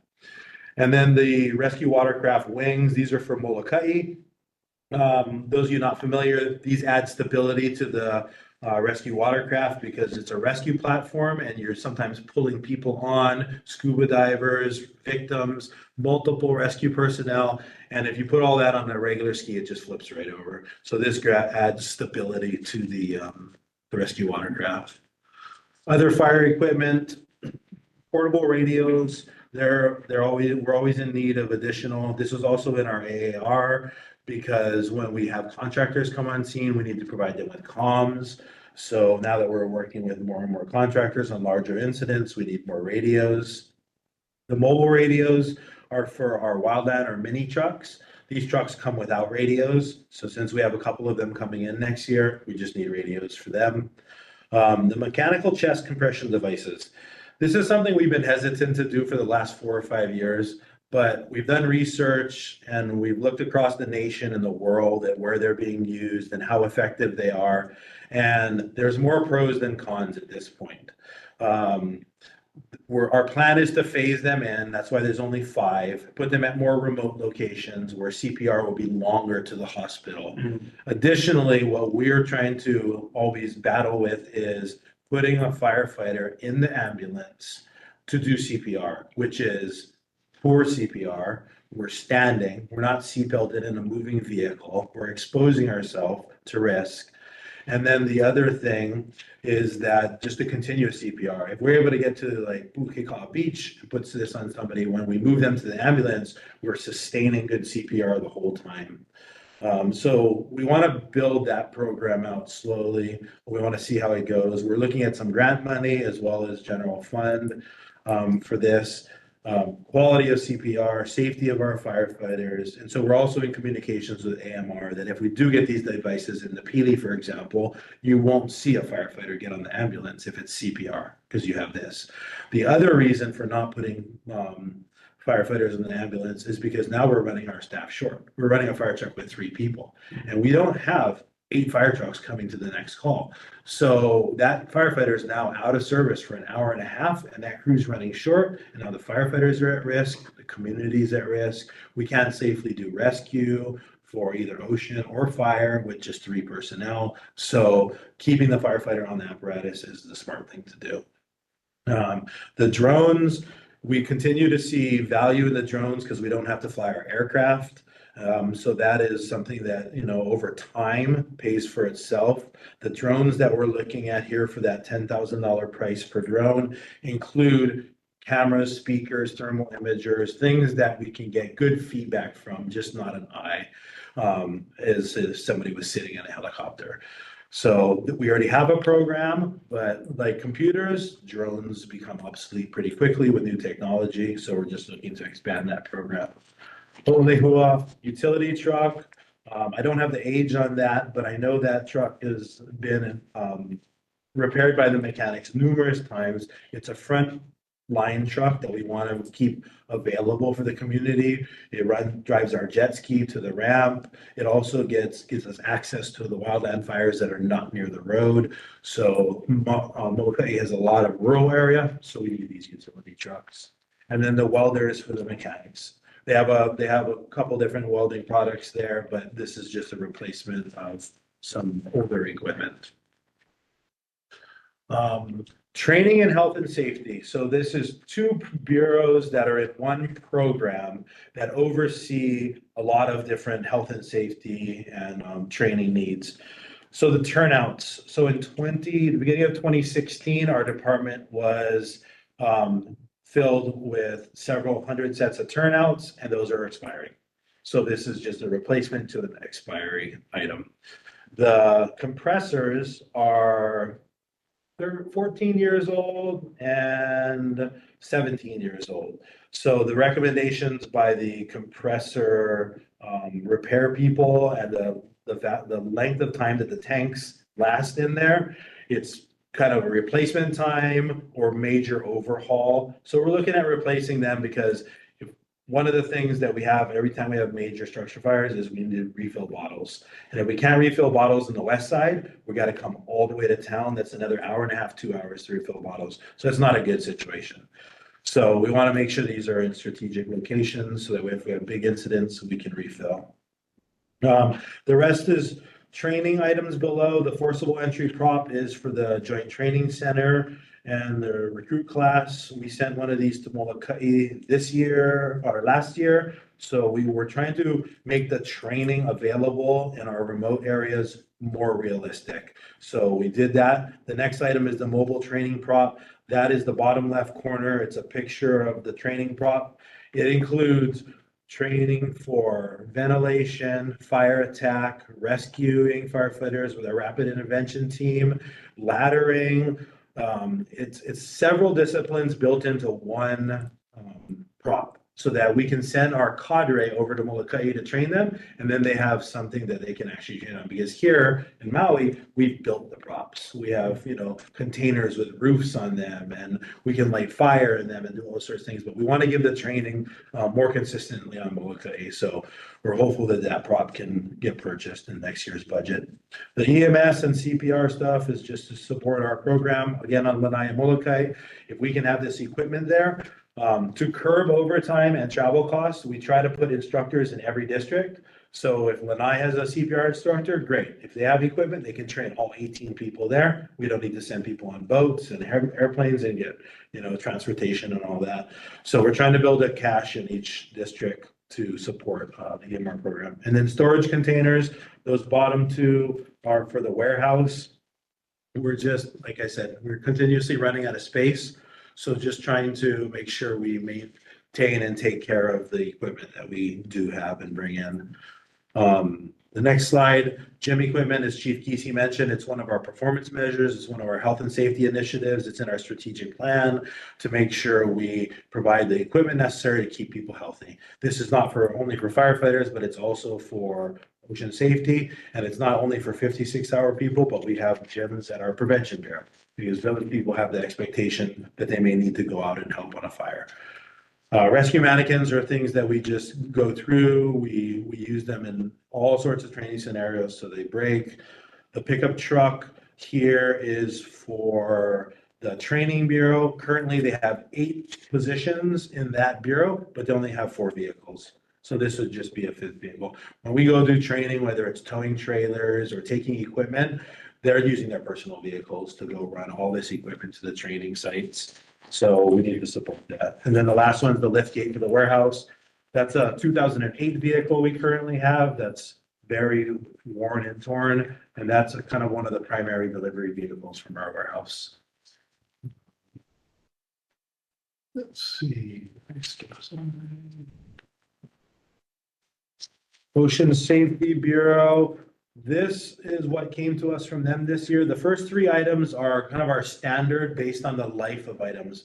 Unfortunately, the salt and the sand destroys everything. So the ATVs and UTVs, the engines might still be in good condition, but the frame is completely shot and the tires are no longer connected to the assembly because everything is rusted out. So those are on a standard, we have it on a set program now to maintain them, because after about 3 years, they're unsafe and we have to get rid of them.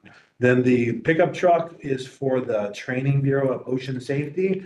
They currently have an SUV, which you can quickly recognize is not sufficient. They're towing multiple trailers when they have jet ski training. They're bringing 6, 8, 10, 12 surfboards for junior lifeguard program and tents and all that sort of stuff. So an SUV is not the right vehicle for what they have there. So that's just to support their program. Fire Prevention Bureau, there's a vehicle that's aging out. It's a 2007. That's an inspector's vehicle. So this is just a replacement of that. And then the fire investigation truck is also a 2007. And so we have an investigator on standby every day. And the investigator on standby would utilize the investigation truck that has all the tools and lighting and necessary equipment to go do fire investigations while they're on standby. So some of them take it home when they're on standby. And then some of them will respond to prevention, pick up that particular truck, and then go out to do the fire investigation. But again, it's a 2007, so we're just looking at replacing it with a newer version. Let's see. I'm gonna pause there. If there's any questions on equipment, I can answer them now before I kind of go on here to CIP. Any questions for the chief on the equipment part presentation? And we can come back to it if there's. So CIP, capital improvement projects, that's the bottom portion of our budget. This isn't due to the mayor until December, but we're gonna talk about it here today. So we talked about the professional facility assessment. So how do we create our CIP budget? This is a major advancement in indicating what needs to be done. Before it was the firefighters would look at the building and be like, it looks good. And then a month later, it'd be leaking. And then we need an emergency procurement and need a budget amendment, and we need to ask for money that we don't have that's already spoken for somewhere else. And so now if we can get these facility assessments done, we can proactively build our countywide fire facility repairs.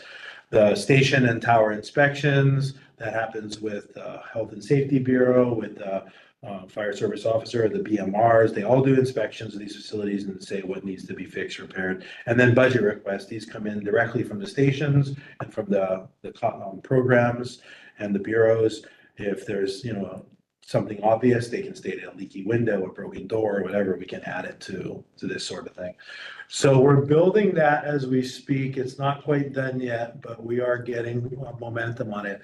The CIP projects, Chief Giese talked a little bit about them, and since you aren't able to get to every island, I have a few pictures for everybody here, but the major ones that are kind of moving multi-year projects, the Lanai Fire Station renovation, we got the certificate of occupancy, as well as Ho'olehua and Makawao. As they mentioned, the final walkthrough was yesterday. The Pukuo Fire Station, if you look at the last bullet point there, upon pulling our permits for that project, it was discovered that we are probably going to have to do a FEMA flood hydraulic analysis study of the area. That's going to probably postpone the project at least a year is what we're being told right now, for somebody to do this study. And none of the consultants knew about it as we worked our way through this project the last 2 years. It was just when they went to pull permits, they were like, where's the flood study? And nobody had a flood study of the area. So we're going to have to do a flood study for the whole area. This first one is Ho'olehua Fire Station. The one on the picture on the left is last year. The two pictures on the right are the completion of the project. As you can see, the crews there filled it immediately because they have more equipment than they have space. The next project is Makawao Fire Station, same thing. We excavated into the hill there to add another bay.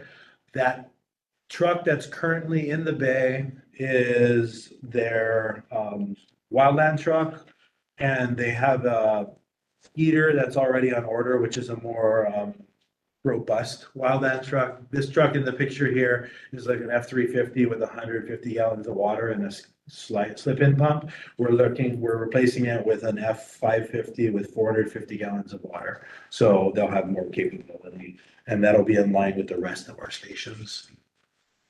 And then Lanai is the separated building that we built in the back. This project is complete as well, and it's going to provide much needed space over there. Remember, Lanai has one fire station, but like Hana, they have an engine, a tanker, a relief engine, a wildland truck, a pickup truck. So trying to protect the assets and get as much under roof as we can to give it longevity.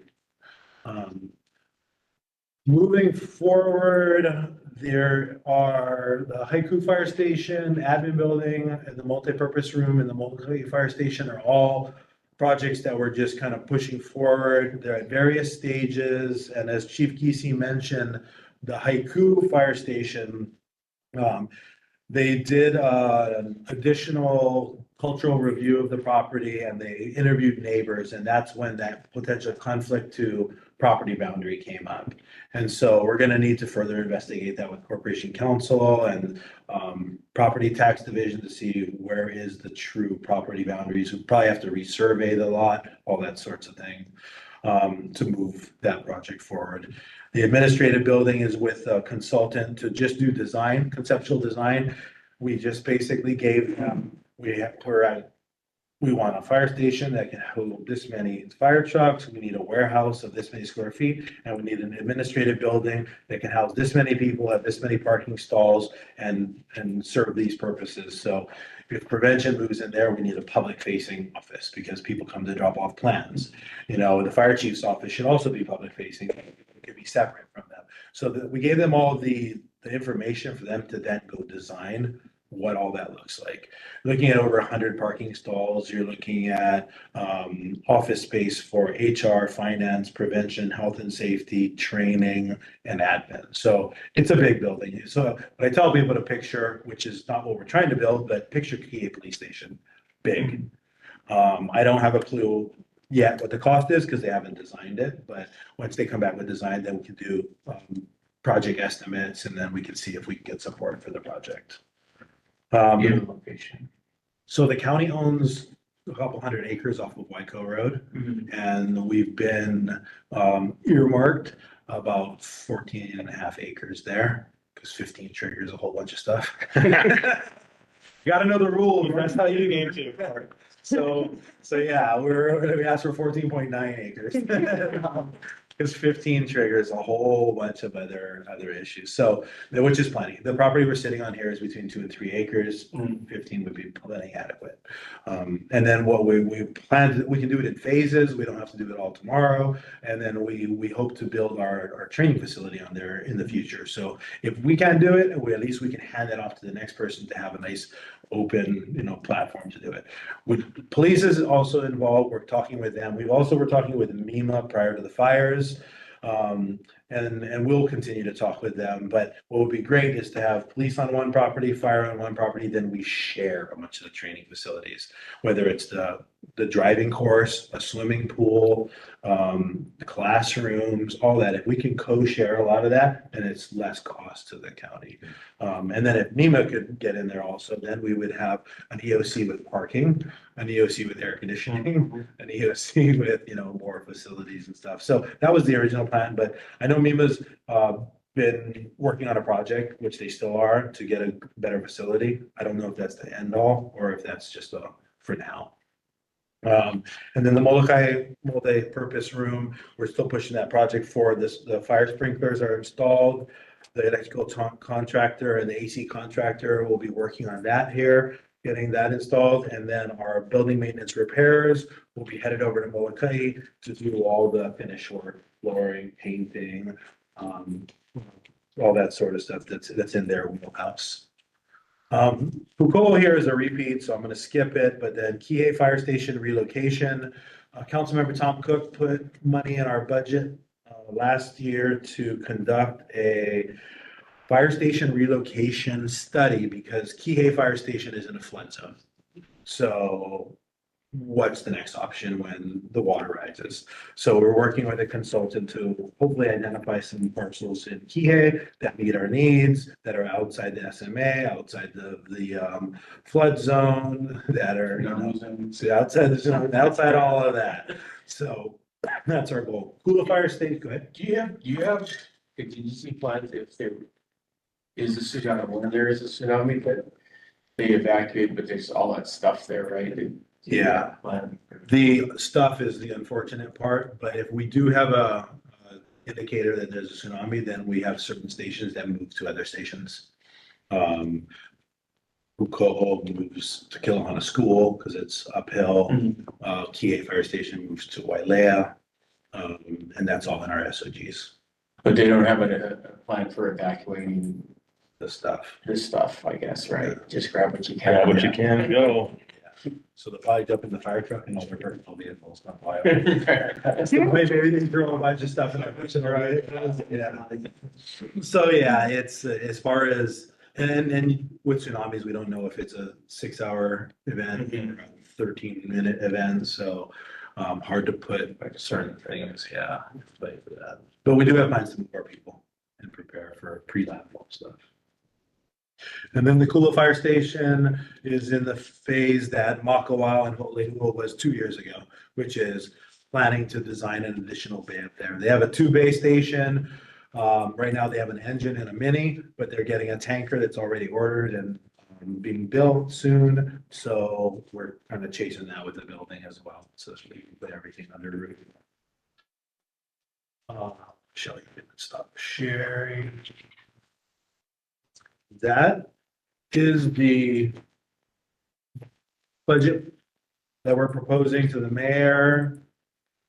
We're open to input, or if you've heard something else out there that's not in our budget that we should be asking for, Chief, I please have a share. question. On the Puko'o relocation, it says funding acquired but expires 12/24. Okay, good point, good catch. So we have funding that is in previous year CIP projects, and it's good for 18 months. So some of the funding for that project does expire in December of 2024. And then some of that money will expire in December of 2025. If we're not able to execute a contract with a contractor, we're gonna have to ask and go for a budget amendment to move that money to the next fiscal year. So that project has constantly been morphing like most of our projects do, but we were given X amount of money. It wasn't enough, so they added a little bit more money the following year once we got bids from contractors. And then once we started pulling permits, we learned that it's going to be more of a delay. So we have a few options that we'll have to work with the budget director. They may say, let it lapse. We'll just get it in the FY26 budget. Or they may say, let's do a budget amendment and let's move it into the next year's budget, which would buy us all the way into 2025 December. So that's just meetings and conversations we have to try to have quickly. Great, thanks, Chief. Thank you. I've got a question on engine 6. I saw it.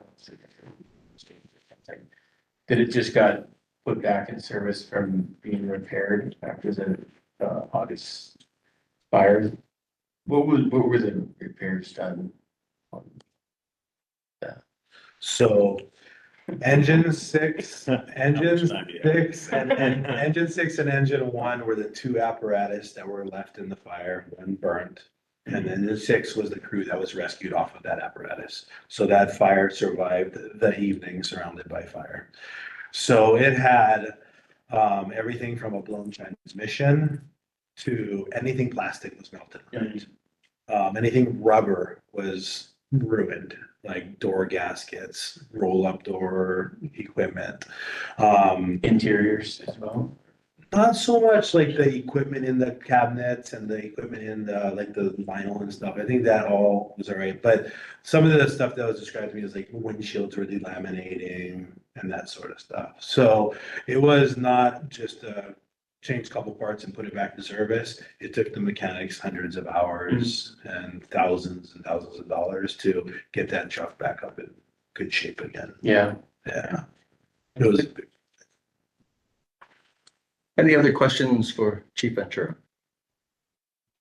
Thanks. Thank you. Yeah, that's great. Yeah.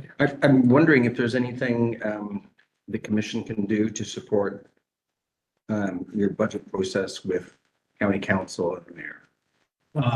I'd say our first step is we meet with the mayor on January 6th, I believe is our meeting. We meet with mayor, MD, and budget director.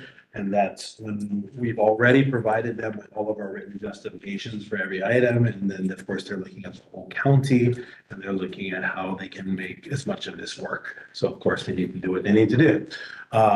If there is any possible way that we could get a letter of support from the commission for the items that we've asked for to the mayor, at least will be very well aware that we've all talked about the requested budget, and that's step one. When it comes to council, we'll be going to the council in March, and that the public meeting, then who have the opportunity to either write written testimony or come in person and testify to support the budget. What's our increase? You said 62 million, right, as this year? Yeah. And so what are we looking at? So unfortunately, I'm not gonna have that number until negotiations are done. Oh. Because I don't know if everybody's getting a 2% raise or a 10% raise. So besides, if you just take away salary and you look at equipment and operating expense, the main increase is because of the third apparatus. I think last year, and don't quote me on this, I can't remember all these numbers, but I think last year, the budget we're currently operating in, we were about 1.5 to 1.7 million in equipment. And this year, and that's not apparatus, it's just other equipment. And then if you take away the apparatus, that's what was left. This year, we're more like 2.2 million, 2.3 million in equipment. So there's an increase in equipment expense, partially because everything just keeps going up, partially because things like cascade systems and turnouts, that we don't touch them for years and years and years, and then they expire. And then boom, we have this spike.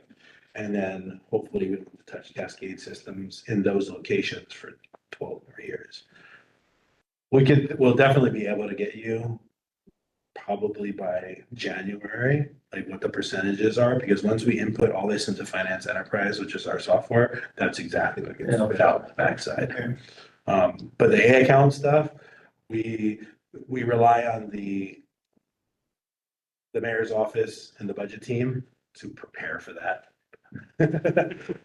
Because we have no idea if they're gonna get a 5% raise, a 12% raise.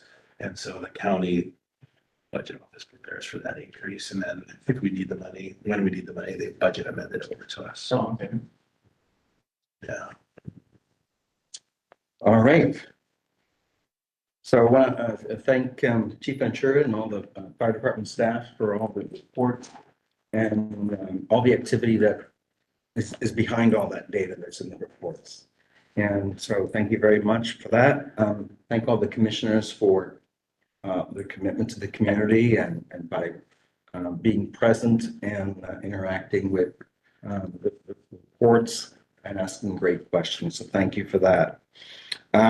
So the last item on our agenda is adjournment. Was there a comment? Excuse me. Yeah, this is Commissioner Matsui. Can I make a motion that the commission send a letter of support to the mayor for the chief's budget that he just presented? Yes, we certainly can. So a motion was made by Commissioner Matsui to provide a letter of support to the mayor. And it's seconded by Commissioner Ball. And great. I guess we need to do a vote. Do we need to do a vote? Where's council? There's council. I guess we should do a vote. So we'll do a roll call then really quickly. So the motion is to provide a letter of support to the mayor regarding the fire department's budget. So Vice Chair Parsons, how do you vote? Aye. Aye. Commissioner Alcon? Okay. Commissioner Kincaid? He's not with us here today.